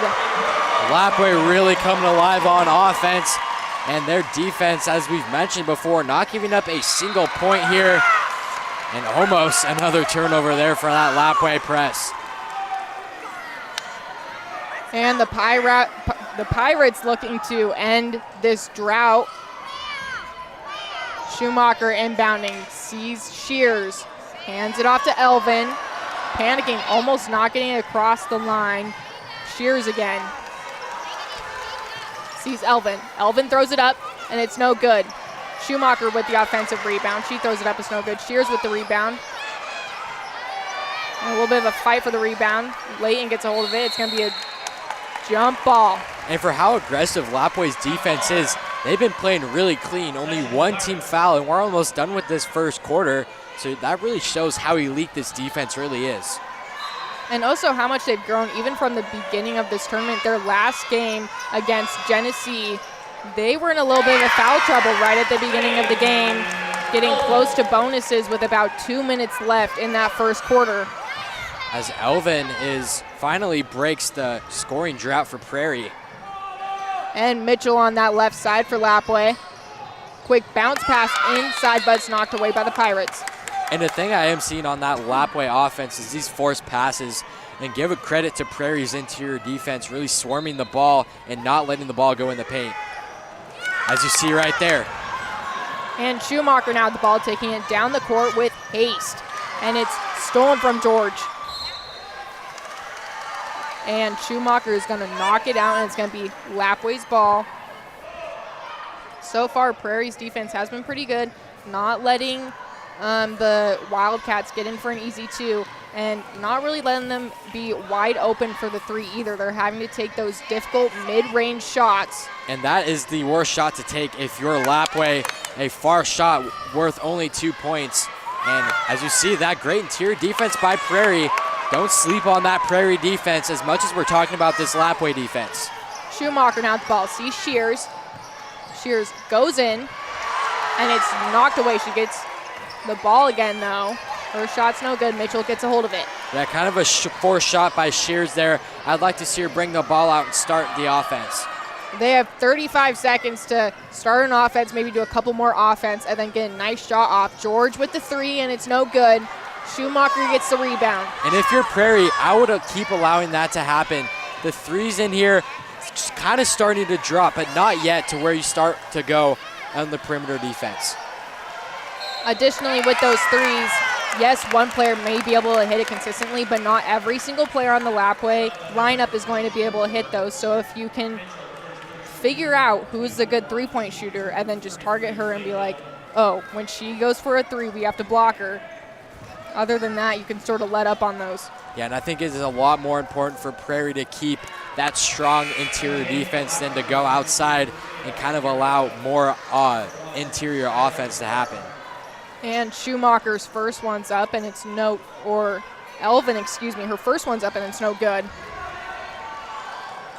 And this tournament is presented to you by Inland Cellular, so big shout out to them for carrying the cost of bus travel and putting the tournament on, as a strong block by Elvin there.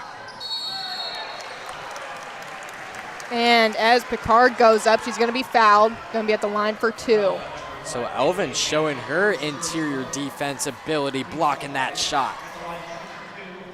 She was very effective with it against the game against Kamiah, and it looks like she's going to be really effective with it now. As you saw that replay there, Elvin with that block, but a foul there on Prairie. Picard's first one's up, and it's good. And some quick subs for Lapwai. Mitchell will be taking a seat, and Oatman will be coming out on the floor.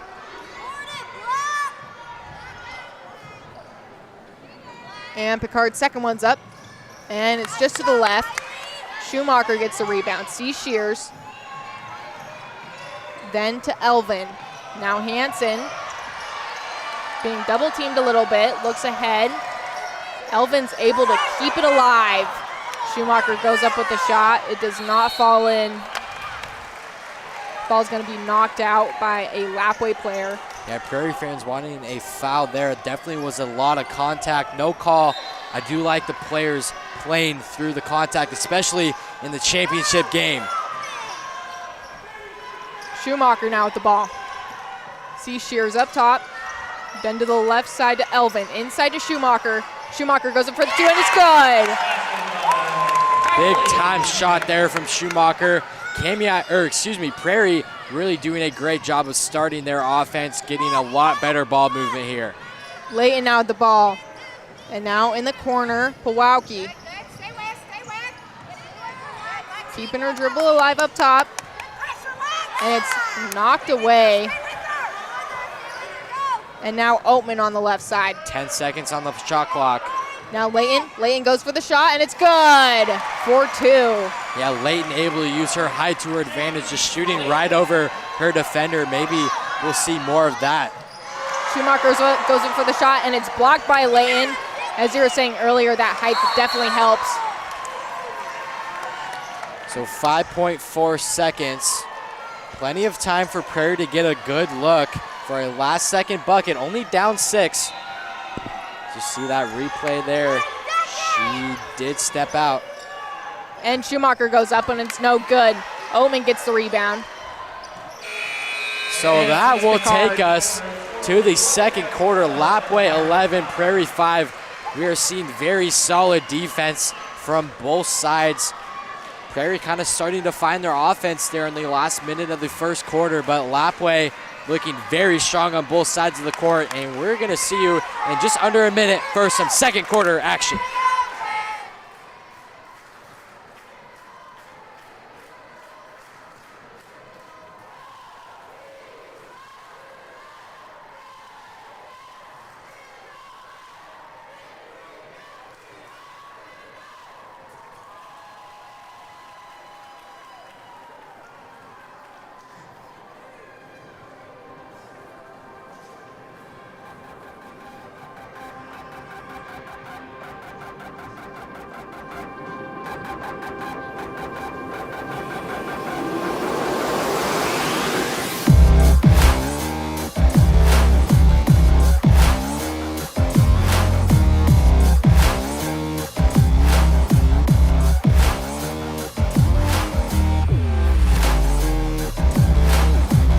We're back after that minute timeout, and it's going to be the Wildcats ball Now from here on out, I sort of want to see Prairie slow down a little bit as they start rushing in their offense. We do see them turn over a lot to the Wildcats. Maybe it'll be better to beat the press that we see and then slow it down and set up an offense. Yeah, they're still getting in their groove here. I think both teams are, but now I think they're all warmed up and playing at their best level.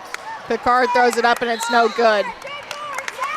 And it looks like a foul's going to be called. Foul's on 20, Oatman.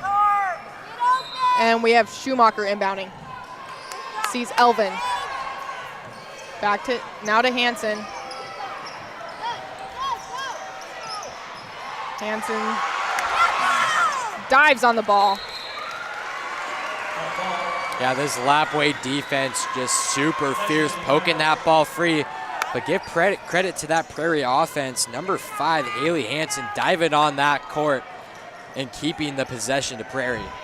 Sort of reminded me of a fumble for football. Yeah, definitely, for sure. Everyone tackling on that, trying to get the ball.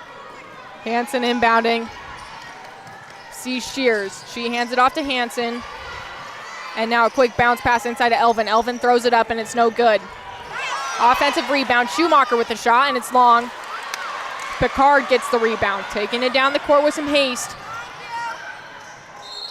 And she's going to travel. And that travel definitely influenced from that Prairie pressure, really kind of a brick wall she ran into, and that definitely made her travel. And additionally, great recovery from Prairie there to get back and able to guard Picard. Yeah, she was on a 1-on-3 situation. I'm kind of surprised she took it. And Schumacher with the ball.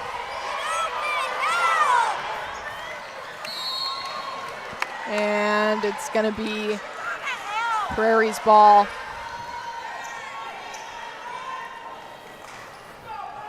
And Hansen inbounding. Sees Elvin. Elvin throws it up. She gets fouled on the way. It was close to an and one, but it did not sink in. Yeah, we've kind of seen a lot of that with Prairie. A lot of good looks, just unable to connect. Elvin's 50% at the line right now. This is her second time at the line. Her first one's up and good. And some subs. We have Oatman taking a seat for Lapwai and Domibo coming onto the court. And Elvin's second one's up, and it's good, turning that 50% into a 75% at the line. Picard now with the ball. Sees Layton in the corner. Layton dribbles back up top, then sees Pawowki. Pawowki looks inside, throws it right to Elvin of Prairie. Yeah, and just now another forced pass from Lapwai. And Schumacher with the ball now. Schumacher with the three. And it's no good. Layton with the rebound. She sees Picard. Picard sees Pawowki. Pawowki with the three. And it's no good. Domibo gets the rebound. Looks inside of Layton. It's picked off by Elvin. Great defense by Elvin there, reading the ball and just intercepting that one. Hansen now. Looks up top to Schumacher. Hands it off to Shears. Shears then sees Hansen. Hansen goes up with it, and it's no good. Picard with the nice open rebound there. Rushing down the court. Sees Pawowki. Pawowki with the second attempt at a three, and it's no good again. Hansen gets the rebound. Lots of contact, lots of diving on the floor, and a full timeout is going to be called on Prairie. So quite a bit of action here. Everything kind of just speeding up for both teams as we are going to take a timeout with them. 5:46 to go in this second quarter. Lapwai 11, Prairie 7.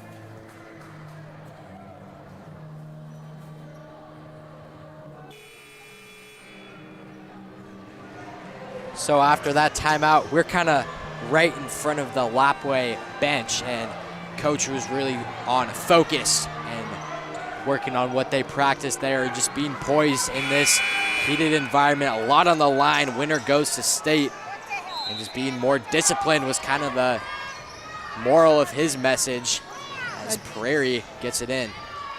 Additionally, this is the hardest team that Lapwai has seen so far in this tournament, with getting a bye first round and then winning that second round by about 30 points against Genesee.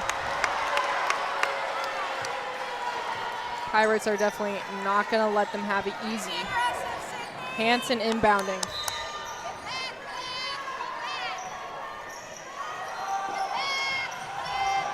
Hanson with the lob pass to Schumacher, but Layton gets a hold of it.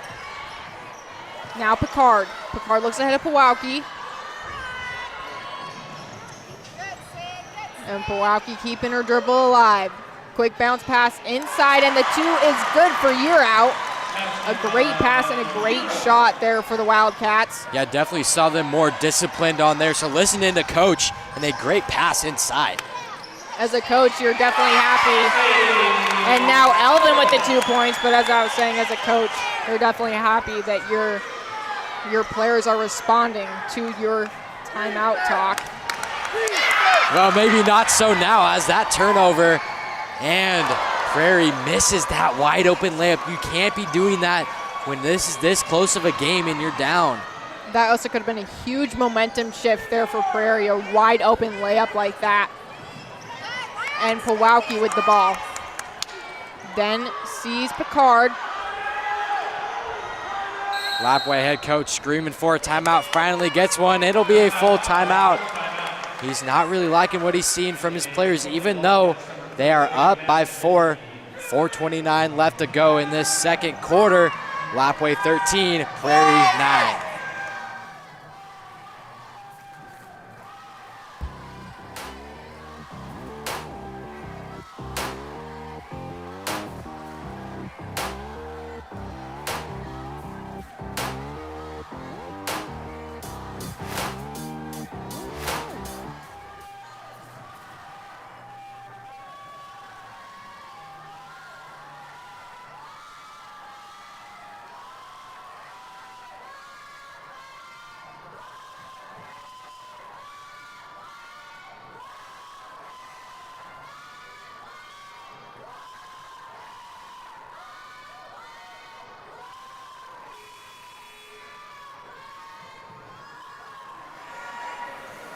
So a little warning there, both teams still in their huddle as they start to come out. Lapwai called that one, trying to regroup, get those careless passes kind of in control, and Prairie really starting to get their offense going. They're looking to continue to do so. Bisbee looks to the left to George, and pass is almost picked off, but Year Out is still not able to keep a hold of it. It's going to be Prairie's ball.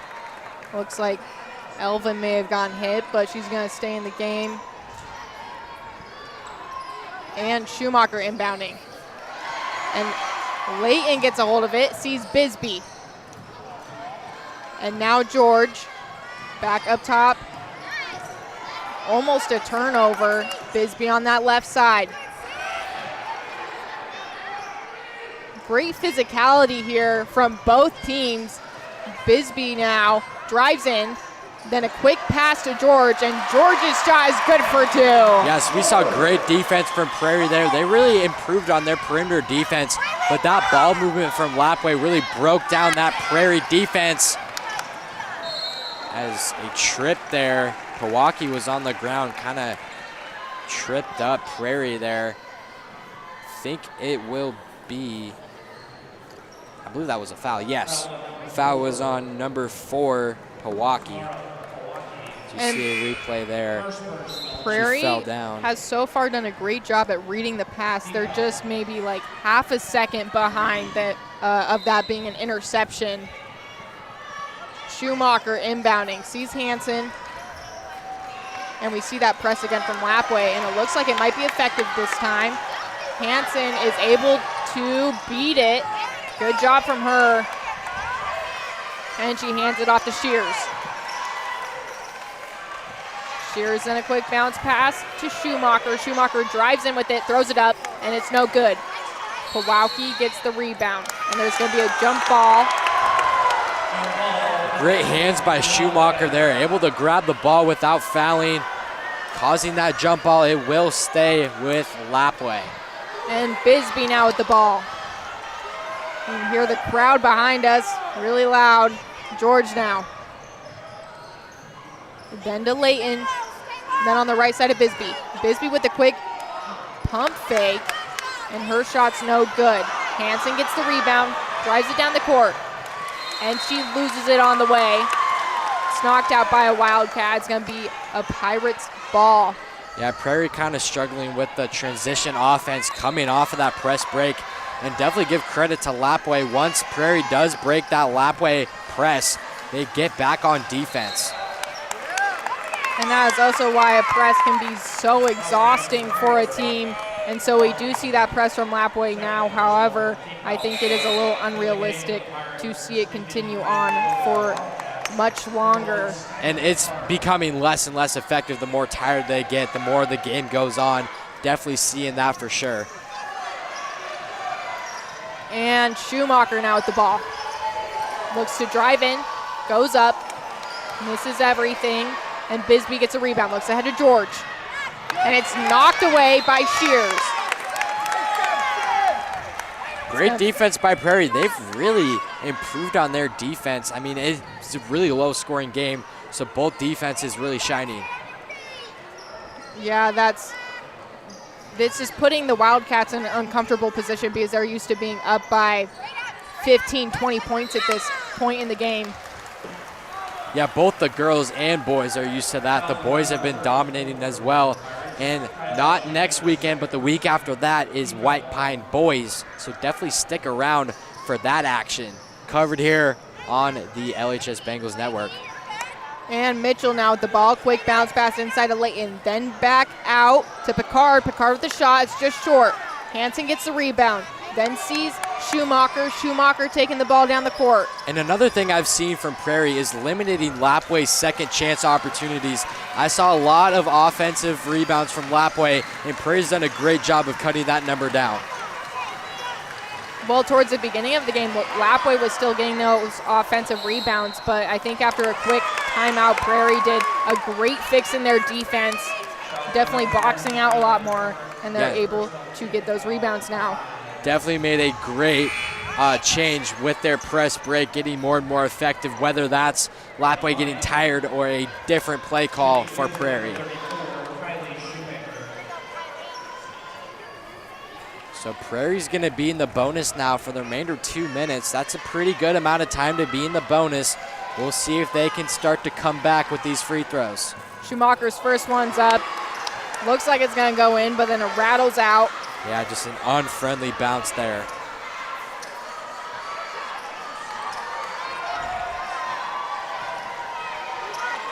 And her second one's now up, and it's good. No need for a friendly bounce there. It was all net. Picard now with the ball. Sees Mitchell, then on the left side of Bisbee. She sees George now on the right side of Mitchell. Back to George. George drives in. Passes it back out to Mitchell. Mitchell with the three, and it's short. Yeah, hit the bottom of that shot clock there. Another unfriendly bounce, went really high. Despite it hitting the shot clock, and I know it not counting, that would have been crazy if it went in. Well, yeah, on Tuesday, that happened where it bounced, it hit the top of the shot clock, and it went in. Obviously, it didn't count, but it was fun to see that one. Shears now with the ball. Looks inside to Elvin. Elvin goes up, and it's no good. Picard gets a hold of it. Looks ahead to George. And George loses it. It's going to be the Pirates' ball. We're seeing a lot of turnovers on this Lapwai offense. And give credit to that Prairie defense causing those. And Schumacher is going to take a seat, and Gase will come out on the floor for the Pirates. Schumacher inbounding. And Not a lot of Lapwai- options. And there's going to be another time violation on the inbound, forcing them into their second one of the night. Yeah, with Prairie being in the bonus, Lapwai still not backing off of that press. No pressure being backed off. And Schumacher gets a rebound from Mitchell's shot. And she takes it all the way down the court. Really hard foul there. And she will go on the line to shoot two. See a replay there. She went with a full head of steam, 1-on-3. Hard foul there. The foul was on 21, Layton. So Shoemaker on the line to shoot two. She'll be at the line for the first time tonight. And her first one's up, and it's long. It's very big for Prairie to be making these free throws when they're down by just 5. Every free throw matters. And her second one's up, and it's good. And Picard now with the ball. Looks ahead of Layton. She almost loses it. And then her pass is inaccurate. She stepped out, and that was part of that Lapwai pressure, kind of pushing her to the sideline. Great job by Lapwai. Once they commit a turnover, they do not stop on defense, and they created a turnover of their own. Mitchell now with the ball. Sees George on that left side, then back up top to Bisbee. Bisbee on the left to Layton. Back to Bisbee. Swings all the way across to George. George goes in, and a great block from Elvin. 2 big-time blocks for Elvin there. She is a presence in the paint. And Schumacher now with the ball. Sees Hansen. Back to Schumacher. Now Gase. Gase with the bounce pass to Elvin. Elvin goes up, and it's no good. Picard gets the rebound. Shot clock turned off. They can get the last second opportunity, but Elvin gets the ball in there, and a travel is called on Elvin. A little too eager there, I think. So now Lapwai has a chance to get a last possession bucket here. Picard sees Mitchell. Now all the way across to Bisbee. And Bisbee throws it out of bounds. 9.6 seconds left for the Pirates to make something out of it. And just another careless pass from Lapwai. It's kind of a trend here in this first half. If they really minimize that, they could have a commanding lead here. Elvin now. Now Schumacher. 4 seconds left. Schumacher shoots. It's just short. Offensive rebound for Shear. She throws it up, and it's no good. All right, so that is going to head into halftime. Lapwai 15, Prairie 11. So a good defensive battle here as we see Lapwai star Case Wynot. He just made the #1 all-time Idaho point leader, and he's going to Utah State. So he has a very bright future, and we're going to head into the second half for halftime for these replays presented to you by the Diamond Shop.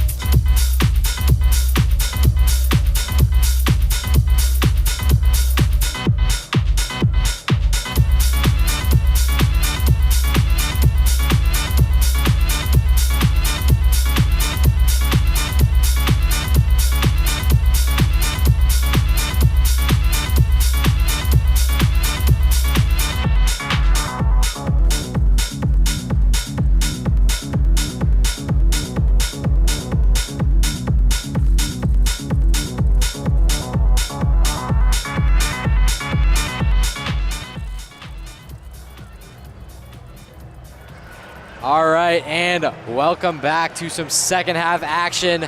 This halftime was presented to you by the Diamond Shop and Shop. And also, this tournament is presented to you by Inland Cellular, big sponsor for this tournament. And the second half is underway. A big defensive battle for both teams. Prairie doing a great job of keeping into this game. I know that Lapwai was a big predictor to be winning in this tournament. Only up 4, so very much anyone's game. Yeah, with Lapwai only coming into the second half with a lead of 4, they haven't really seen this the entire season. They're not used to this pressure of a close game at half. They're used to having a pretty comfortable lead at this point. So this third quarter is gonna start with Prairie. Hansen sees Gase. Gase almost loses it, and it's gonna be a jump ball right off to start the second half. And George really showing some intensity there, kind of staring the person with the ball down a little bit, showing some aggression. Love to see it. Bisbee now with the ball, sees Layton up top. She then sees Mitchell, then in the corner with Bisbee. Bisbee's 3 is long, goes right to Elvin. Schumacher now with the ball. Looks on the right to Gase. And it looks like it's going to go off of the foot of George, and it's going to stay the Pirates' ball. We have a sub for the Pirates. Gase is going to take a seat, and Shears is going to come out on the floor. Elvin now throws it up, and her shot's no good. Gets her own offensive rebound, and it's going to go out of bounds, but it's going to stay Prairie's ball.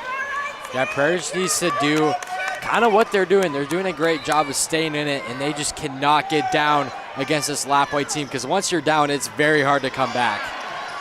Elvin has been a great presence in the paint. However, her shots have not been super good tonight. Another jump ball called tonight. We've seen a ton, and especially that previous game, like you were saying, at least 20. And this game, not as many, but still quite a bit. Lots of aggression on the court. And George now with the ball. Looks to the left to Pawowki. Now swung across to Bisbee. And now George with the 3, and it's good! It banks off the backboard. Yeah, a bank from the corner is pretty rare. Don't know if she called that one, but it went in anyways. And the Wildcats had a 3-pointer that banked off in the corner just like that in the second round. Yeah, this Lapwai defense is really turning it up in the second quarter. That halftime speech must have fired them up, because they are fiery on defense. And Bisbee with the ball. Sees George on the right side. Then looks up top to Layton.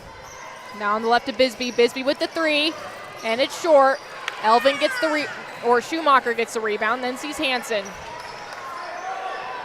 Hansen taking the ball down the court.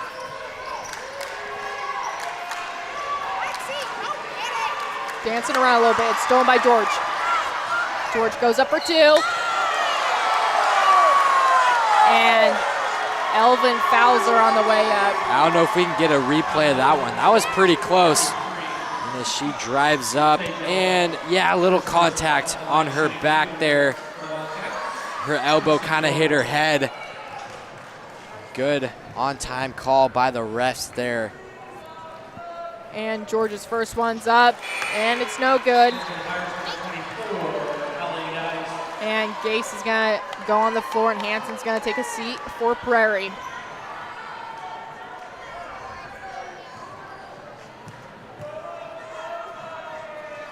And George's second one's up, and it's good.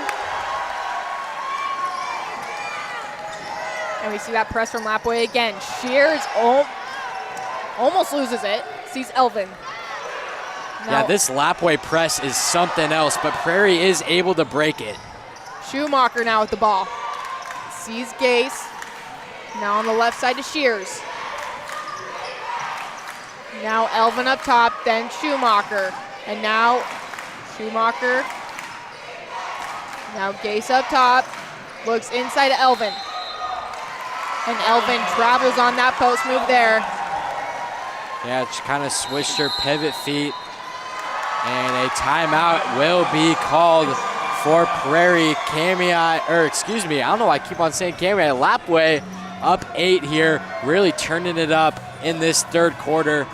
See a replay there of that travel, and that was just a 30-second timeout, so we'll keep it here. But Lapwai really feels like they are in control here in this third quarter.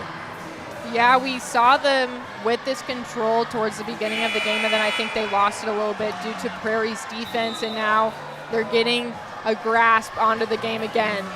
And another factor could be they had the break, obviously, before the game. You're not playing, you're fresh, and that halftime kind of rejuvenated them a little bit. So we'll see if they can keep up this defensive intensity as the game goes on. Bisbee now with the ball, taking it down the court with a comfortable pace. Some tight defense from Shears there. Looks like 2 Lapwai players run into each other. Layton now on the inside. Throws it up, almost a pass to Mitchell. Mitchell then goes up and she's fouled on the way. Gonna be at the line for 2. The foul was on 24. Gase. Yeah, that kind of looked like a scoop layup almost, but I guess that was a pass. Maybe it was tipped there. We'll see. Oh yeah, great replay there. Tipped and right into the hands of number 24, Mitchell. Mitchell's first one was no good. Now our second one's up, and it's just long. Hansen gets the rebound. Sees Schumacher. Schumacher calling for an offense to be played. Now Shears on the left side. Almost gets tipped away by George. And now Schumacher, then Elvin. Left side to Schumacher. Schumacher drives in, goes for the 2, and it's no good. Bisbee gets the rebound. Then sees Pawowki. And great ball handling by Pawowki. Sees George. Then sees Layton. Now Pawowki inside to Layton. And Schumacher gets a hold of it for the Pirates. She needs to get it across the line, and she does successfully. And now Shears. And some great defense from the Wildcats, but it looks like Pawowki's going to foul. Yeah, that aggressive defense only goes so far until a foul will be called, and that is Pawowki's 3rd personal foul. And Picard's going to come out on the floor, and Pawowki's going to take a seat. And Hansen inbounding. Sees Schumacher, and now Elvin. Elvin that looks inside Hansen. Hansen goes up with it, and it's no good. Yeah, hard foul there by Shoemaker. And Bisbee inbounding, sees Picard.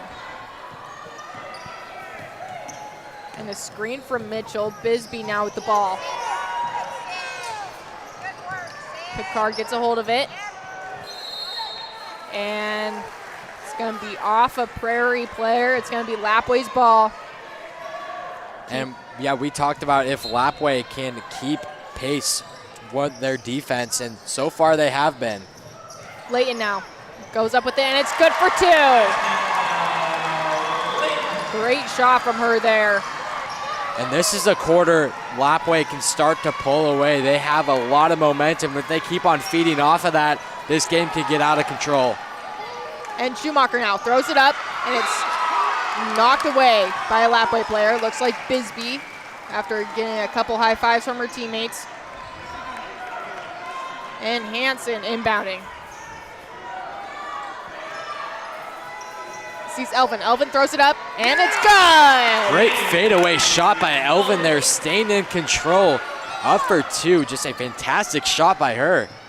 Bisbee now drives on that right side, throws it up, and it's no good. Hansen gets the rebound. And now Schumacher. Schumacher then sees Schumacher. Now Elvin. Back to Schumacher. Prairie definitely slowing down a little bit offensive-wise. Shears now. Lapwai loving this defense. Lots of contact in the paint. No fouls. There's 11 seconds left on the shot clock. Oman's gonna come out on the floor and Mitchell's gonna take a seat. One thing about Lapwai is that they may be giving up a couple of rebounds to Prairie, but every single one of Prairie's every single one of Prairie's rebounds has been pretty difficult for them to get. As soon as they get the rebound, Lapwai's all over him, either getting a jump ball or maybe stealing it from him. Yeah, and for Prairie, between Elvin and Schumacher, they're just battling in that paint, and they've been dominating it on offense. Oatman's going to take a seat, and the year out will come out onto the court. Schumacher going up for her and one, and it sinks in.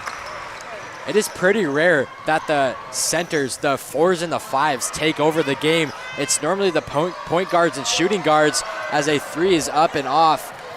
We kind of see that in our men's basketball team between Hottinger and Gomez, but this time it is the ladies here dominating in the paint. And Elvin now. It's especially surprising to see the inside players shining so much for Lapwai, since they do have a couple of good three-point shooters on their team. I think they've just been a little off tonight. Just a 5-point game. It feels like Lapwai is up a lot more, but game is very much in Prairie's hands. We were saying the same thing with the last game. Seemed like Kamiah should have been up a lot more with how much possession they had. And Yura with the shot, and it's no good. Hansen fights for the rebound, but it's going to be a jump ball. Like I said before, every rebound that Prairie gets does not come easy to them. Yeah, every time Prairie kind of is still with the ball, Lapwai just swarms in and gets that jump ball. And Schumacher inbounds to Elvin. It's knocked out of bounds. It's going to be Prairie's ball. Picard getting a little support from the bench to stand back up after that fall. And Schumacher inbounding. Sees Elvin. Crisp pass to Gase. She almost loses it. Back to Elvin. Elvin throws it up, and it's no good. And Shears now. And her shot's short. Elvin with the offensive rebound and another shot, and it's also no good. So many good looks for Prairie there right underneath the basket. Just not able to capitalize, but an intercepted pass by Schumacher. She's going to drive in. Her layup is up, no good, but a foul on Picard. This will be Schumacher's second time at the line, going 50% so far. That is Picard's second personal and third team foul, each team with 3 here. And her first one's up and good. Wow, so we've got 2 very close games here tonight. Again, loser plays Kamiah on Saturday. Battle for second place as that shot is good. Now 75% of the line for her. Picard with the ball. 1 possession game here. Quick bounce pass, but stolen away by the Pirates. Schumacher, quick bounce pass to Shears. Shears goes up and she's fouled. She'll be at the line for 2.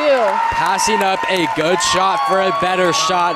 Great play by Prairie, able to draw that foul.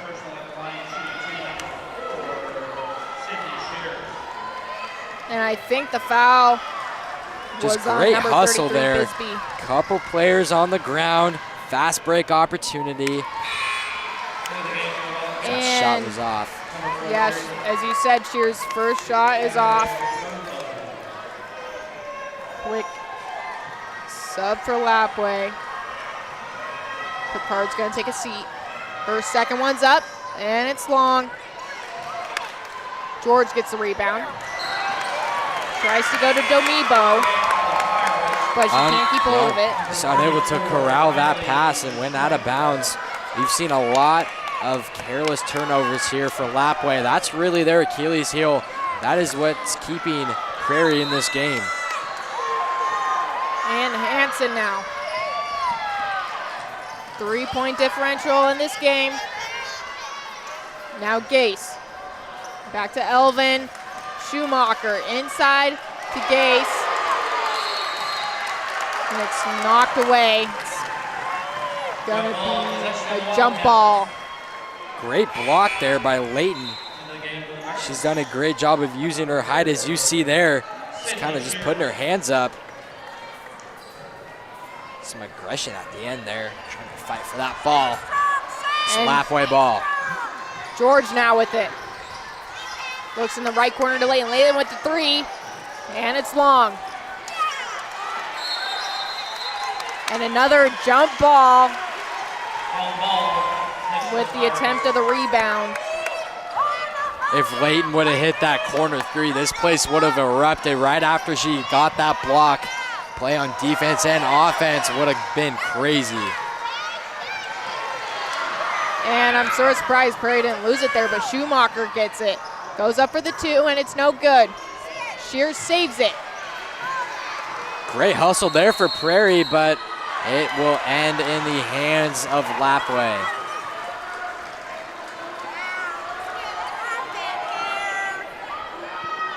You see that great hustle and save by Shears, looking into Elvin. Almost another jump ball, but Lapwai able to get possession. And Euro with the three, and it's no good. Great effort from both teams for that rebound, but it goes out of bounds. It's going to be the Pirates' ball. And Schumacher inbounding. Lapwai just sticking with the man press here. And Hansen now, taking it down the court. Throws it up, and it's no good. Yeah, just kind of a wild pass there. Not a great looking shot, but out of bounds was your out, and it'll stay Prairie ball. And Hansen inbounding under the basket. Pass up top to Shears. Shears goes up. It's blocked away by Lapwai and goes out of bounds. Hansen will have a second attempt at the inbound. Maybe a little more luck this time. And a bounce pass to Elvin. Elvin throws it up. It's no good. Year out gets hold of it, then sees Layton. And a press. A little bit of a press from Prairie here. Bisbee now. Bisbee drives in, goes up, and it sinks in for two. Just kind of moved around the paint there. Almost made a full circle, and that lane is good for two. Schumacher looking to respond, and she's fouled on her shot. She's going to be at the line for two. Foul was on 33, Bisbee. Prairie has really been forcing some shots here. Luckily ended in a foul there for Prairie. And Schumacher's 75% at the line so far. This will be her third time at the line. Her first one's up, and it's no good. And some subs for both teams. Mitchell coming out on the court for Lapwai, and George taking a seat. Then Schumacher taking a seat for Prairie, and Gase coming out on the floor. Her second one's up, and it's long. And a jump ball again for that rebound. Yeah, it's pretty rare that you get an offensive rebound from a free throw, but Lapwai able to swarm in and cause that jump ball like they've been doing all game. And Bisbee now driving down the court. Hands it off to Year Out. Now Layton. Layton throws it up, and it's long. And another jump ball while trying to go for the rebound. The trend continues for this Lapwai defense, just swarming as you see there. That replay. 9.8 seconds left in this third quarter. Prairie is going to have to move down the court with some urgency as Lapwai with the press. Elvin inbounding with the pass to Hansen. Looks like she may have been going for Shears for that, but Hanson picks it up. And a double dribble. Yeah, she meant to pass that. Looks like her hand slipped a little bit there. And double dribble. So this time Lapwai, 4.5 seconds left to get a shot off. Plenty of time. And Mitchell sees Bisbee. Back to Mitchell. Inside to Layton. She needs to throw it up, and she can't. Yeah, she didn't see how much time was on the shot clock. And so we're headed into the fourth quarter. Lapwai 23, Prairie 18. Lapwai seems like they're in control, but Prairie very much in this game. And we will see who comes out on top, who is going to become the champion and go on to state. Lapwai 23, Prairie 18.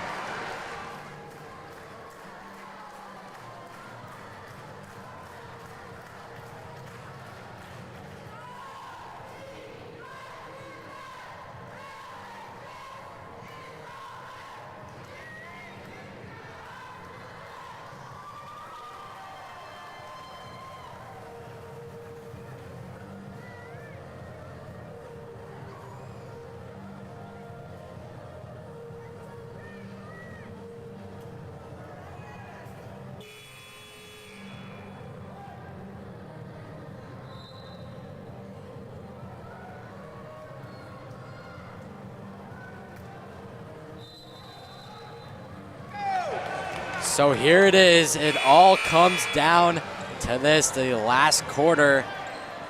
23 for Lapwai, 18 for Prairie. And it's going to start with Lapwai. Domibo inbounding, sees Mitchell. Now to Layton. Now back to Mitchell on that right side. Looks across to Domibo. She drives in. It's knocked away by a Pirate. Looks like maybe Shears or Elvin. And Pawowski is back in the game. She's going to be inbounding. She passes it right to Hanson. Hanson looks to the right to Shears. Now to Elvin. Then to Schumacher on that right side of Hanson. And a travel. Yeah, she was trying to back out. Number 22, you're out there. She switched her pivot foot, and another turnover for Prairie. Yeah, that can be really detrimental to them. Every offensive possession they have now is extremely important. Layton now with the ball. Sees Domibo. Back to Layton. Then to Pawowski. Almost picked off. Layton on the inside. Goes up for two, and it's no good. Elvin gets the rebound. Then sees Shears. Now Schumacher. It's a great stop by Prairie there. Looks like a little miscommunication on that pass. There's going to be a fight and a jump ball again. So this time Prairie forcing the jump ball. Normally it's Lapwai on defense, but you see there's a swarm of Lapwai players, but Prairie able to get that one.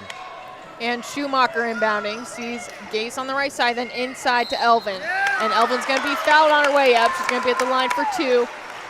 And it looks like Mitchell fouled her. And Elvin, this will be her third time at the line. She's 75% so far.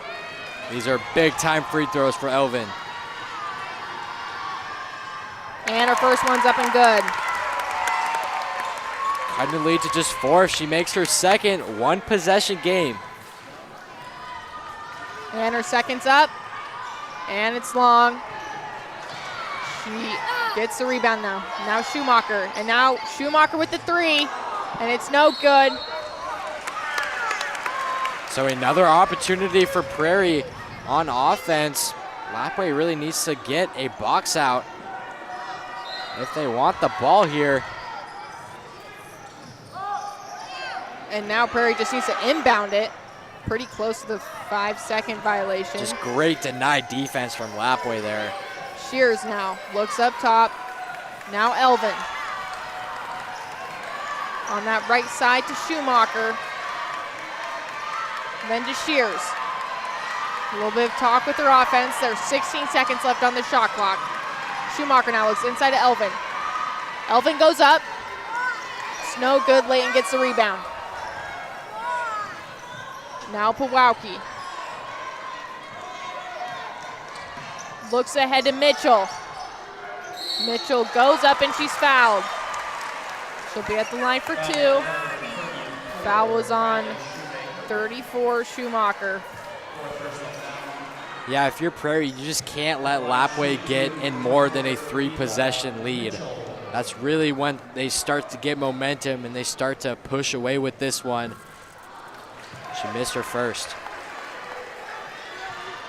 And this will make her 0 for 3. See if she can get 25% at the line. Second one's up, and it's good. She'll go 25%. And now Schumacher with the ball. Gets past the timeline. Getting some communication for an offense. Sees Gase. Now up top to Elvin. And now Schumacher. That crowd is getting loud here. Even louder after that Lapwai turnover. And Pewaukee sees Mitchell. Now Layton. Layton with the 3. And it's no good. And a foul's going to be called. Foul on 24, Mitchell. It's going to be the Pirates' ball. Timeout called by Prairie here. 24-19, a 5-point game. Prairie needs to keep firing on offense, get some more good looks, and we're going to head into this timeout. 5:35 left. Lapwai 24, Prairie 19.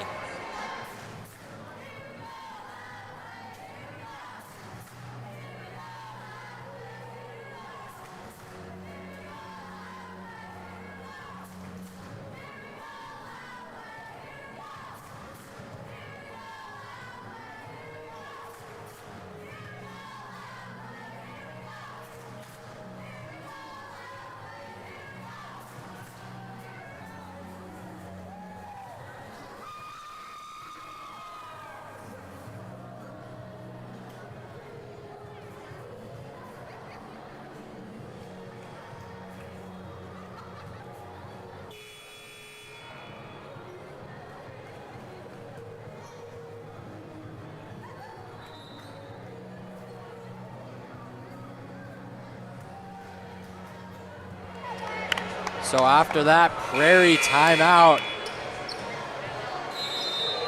it is going to start with Prairie basketball, and Lapwai sticking with the full court press. Prairie needs something on offense here.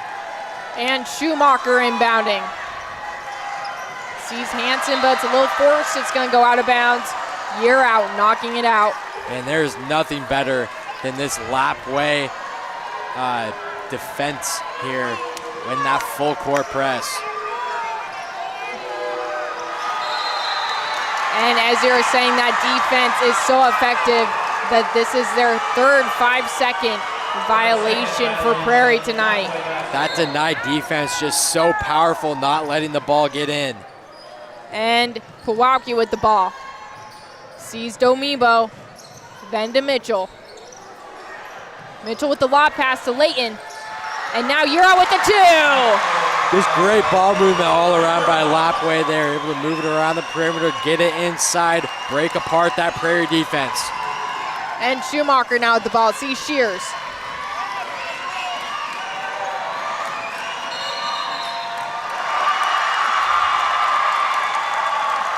And illegal screen, some sort of offensive. Not exactly sure what that call was. Yeah, either an illegal screen or an offensive foul there. Either way, it'll be Lapwai ball. And that foul was on number 5 there, Hansen. Mitchell with the ball, then sees Layton. Layton to Domibo. Then on that left side to Pewaukee, inside to Layton. And now a quick bounce pass. It's lost though, it's gonna be Prairie's ball.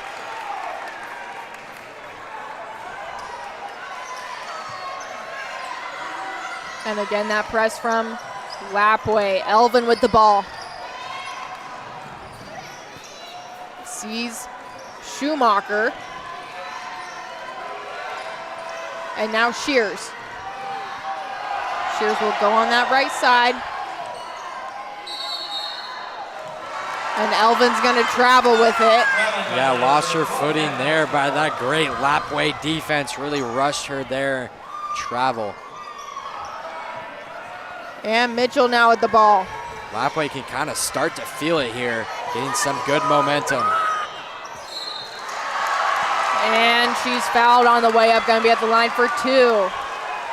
Fouls on 34, Schumacher. I think Lapwai's feeling that momentum that they're used to in the games that they're playing. Haven't really felt it for this game yet, and now here they are.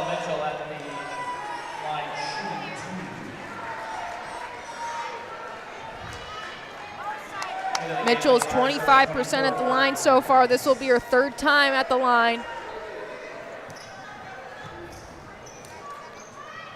And her first one's up. And it's no good. These free throws could really seal the fate for Prairie here. Big free throws. And her second one's up, and it's good.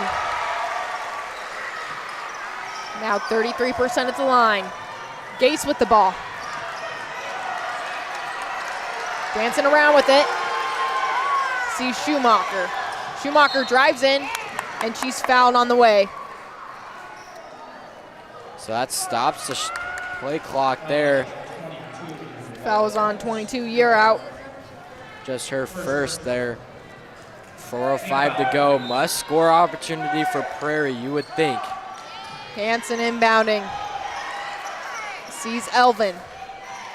And now Schumacher with the shot. It's no good. Kowalski gets the rebound. And a pretty lucky pass to Mitchell there. Then to Year Out. Would have been great for Year Out to hold on to that there, but she can't. And it's going to go out of bounds. Yeah, just missed the connection there. And Schumacher inbounding. I think Prairie's definitely feeling the pressure now. Schumacher taking the ball down the court. Foul will be on the ground there. Fouls on number 14, Domibo. So that's 14 fouls for Lapwai, so one more. Kamiah, not Kamiah, Prairie is gonna be in the bonus. Plenty of time to go. George is coming out on the court for Lapwai, and Year Out took a seat. George now at the ball, looks ahead to Domibo. And great recovery from Prairie there. And now Kowalski.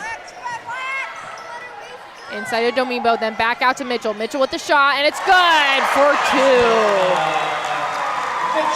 Looks like she was just a little bit inside that three-point line there. Yeah, but either way, great shot. Yeah, no doubt about it. 10-point game.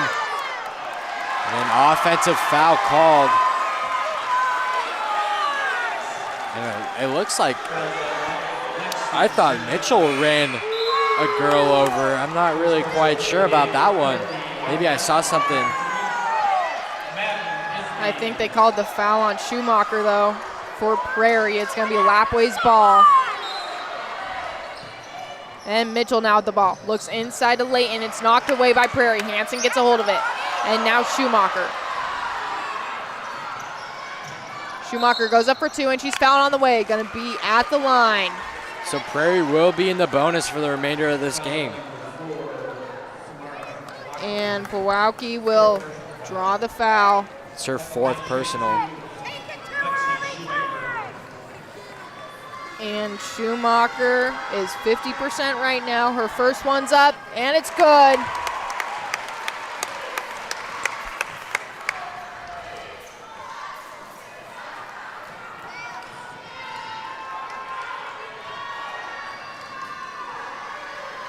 And her second one now up. Oh, so good. Prairie's gonna need a couple stops on defense and turn it right into offense. Bisbee now sees George on that left corner. She dribbles back up top, then sees Pewaukee. Now on the right to Bisbee. Bisbee looks to drive in. She's going to be fouled. Foul's on 4, Shears. First person at the line shooting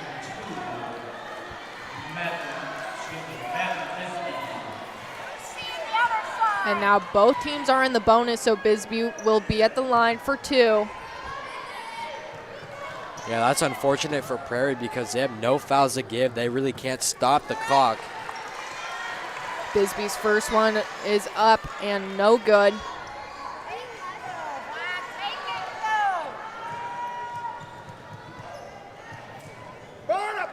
Her second one's now up, and it's no good as well. Hansen gets the rebound. Good swarming defense by Lapwai. Gase now with the ball, gets past the timeline but loses it. It's gonna be Lapwai's ball. Yeah, Lapwai really starting to feel it now, getting a lot of stops on offense as a full timeout is called from Prairie. That makes the score Lapwai 29, Prairie 21, 8-point game. And we will see you after this full timeout.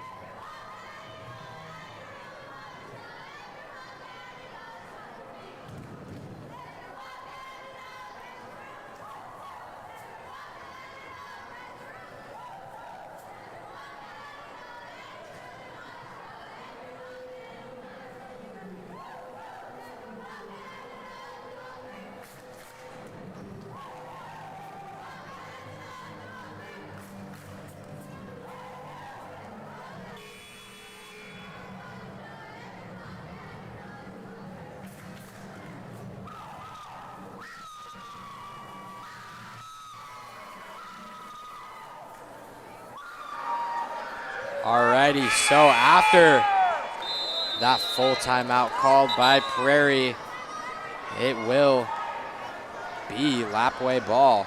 I think probably in that timeout talk, Prairie's coach told him to slow down a little bit. It seems like they're panicking before that timeout. And now they fouled. But on the bright side, that sends Mitchell to the line. She has not been that great of a free throw shooter, but we will see. And I don't know how long this took me to notice, but everyone on Lapwai has the same shoes. You didn't notice that before? I was not paying attention. What blends in.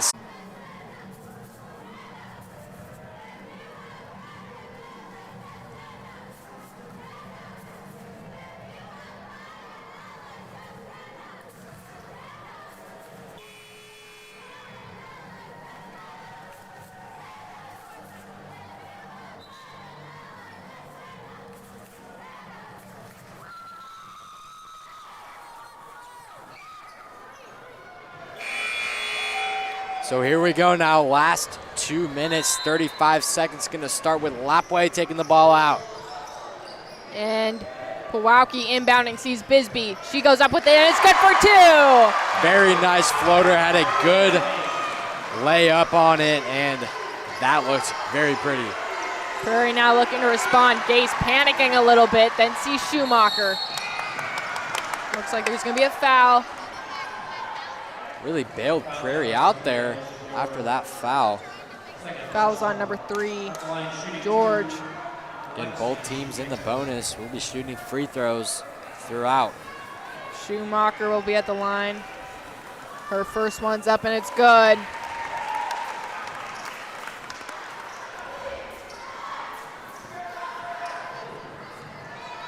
This is her 5th time at the line. She's 6 for 9 and now she's 7 for 10, 70%. Not bad. And Bisbee now with the ball. Looks to Pewaukee, and Pewaukee throws it up, and it's no good. That would have been a beautiful play from Lapwai there. Shears now. Goes up with it, and it's no good. Bisbee gets the rebound, then sees Mitchell. Mitchell looks all the way ahead of Pewaukee. Pewaukee goes up with it, and it's good for 2 and 1. Crowd erupting here. Lapwai fans going crazy. And that puts him up 11.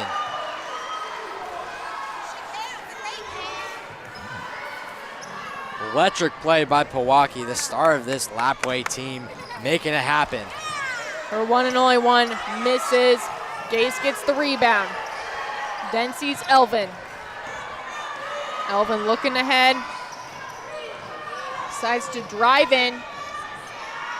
Goes up and she's swatted away by Layton. Gets the ball again though, and now Mitchell has a hold of it.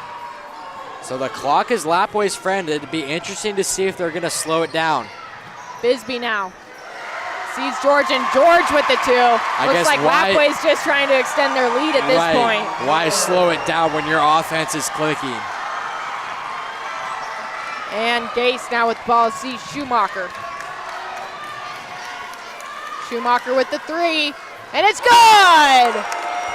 Great response from Schumacher. This game is pretty much over here with just almost a minute to go here.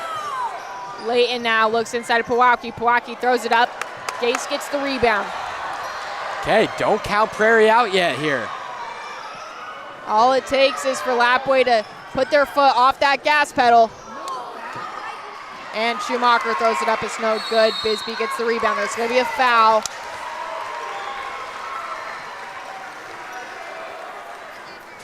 Prairie had a good chance on that reverse lane, just not falling in for them. Foul's on number 4, Shears.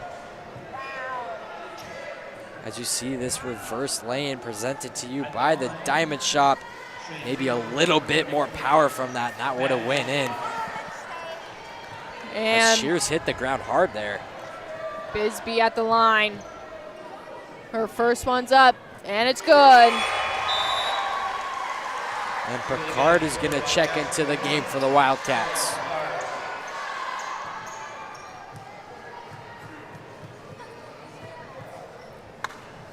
Bisbee's second one's up, and it's also good. And Gase inbounding, sees Hansen.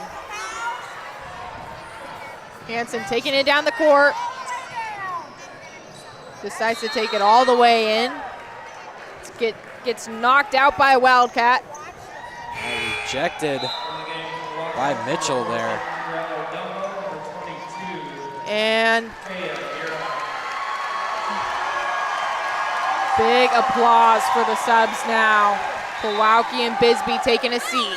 Yeah, getting a standing ovation there from that Lapwai crowd, showing their support and the impact that these players have on the team.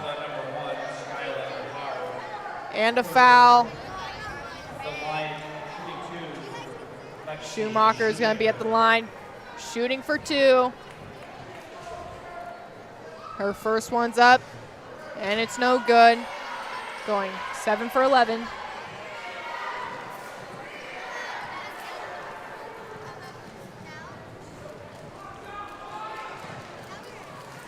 And now her second one's up. And it's no good, going 7 for 12. And Mitchell now with the ball, looks ahead to Picard.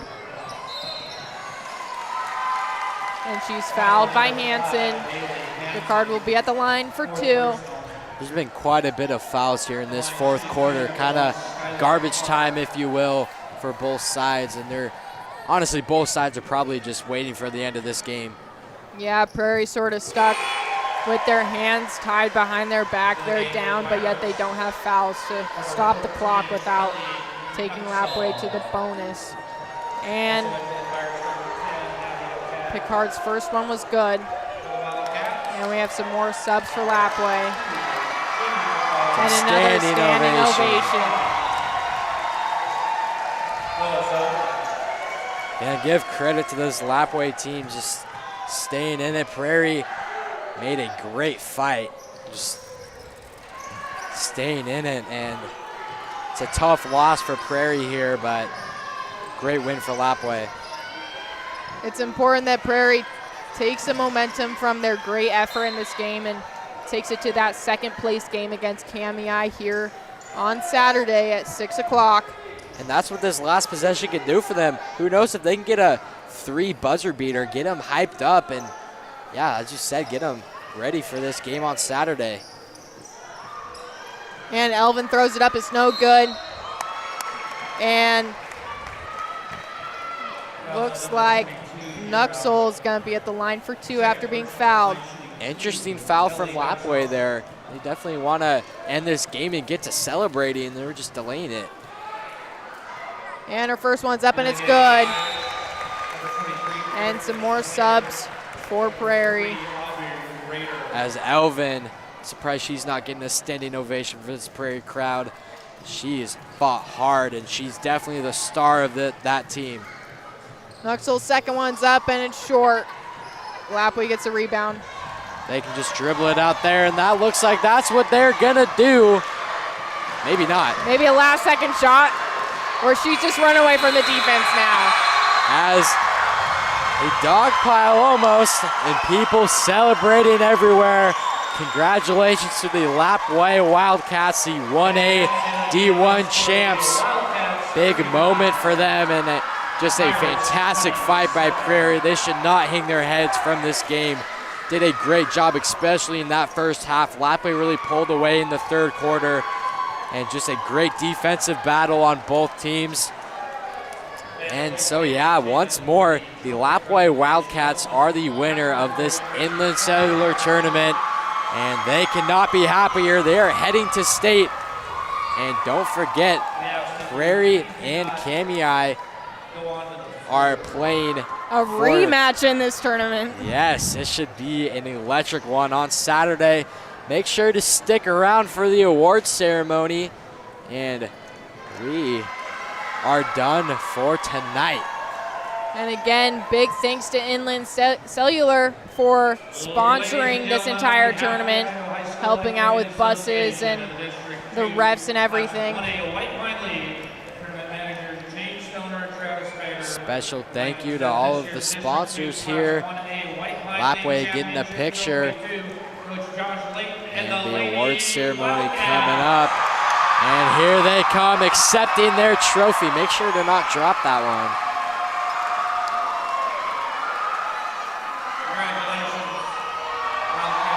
And Lapwai are the champions. Prairie heading off. They do, as we said, they do play Saturday, so they are not done.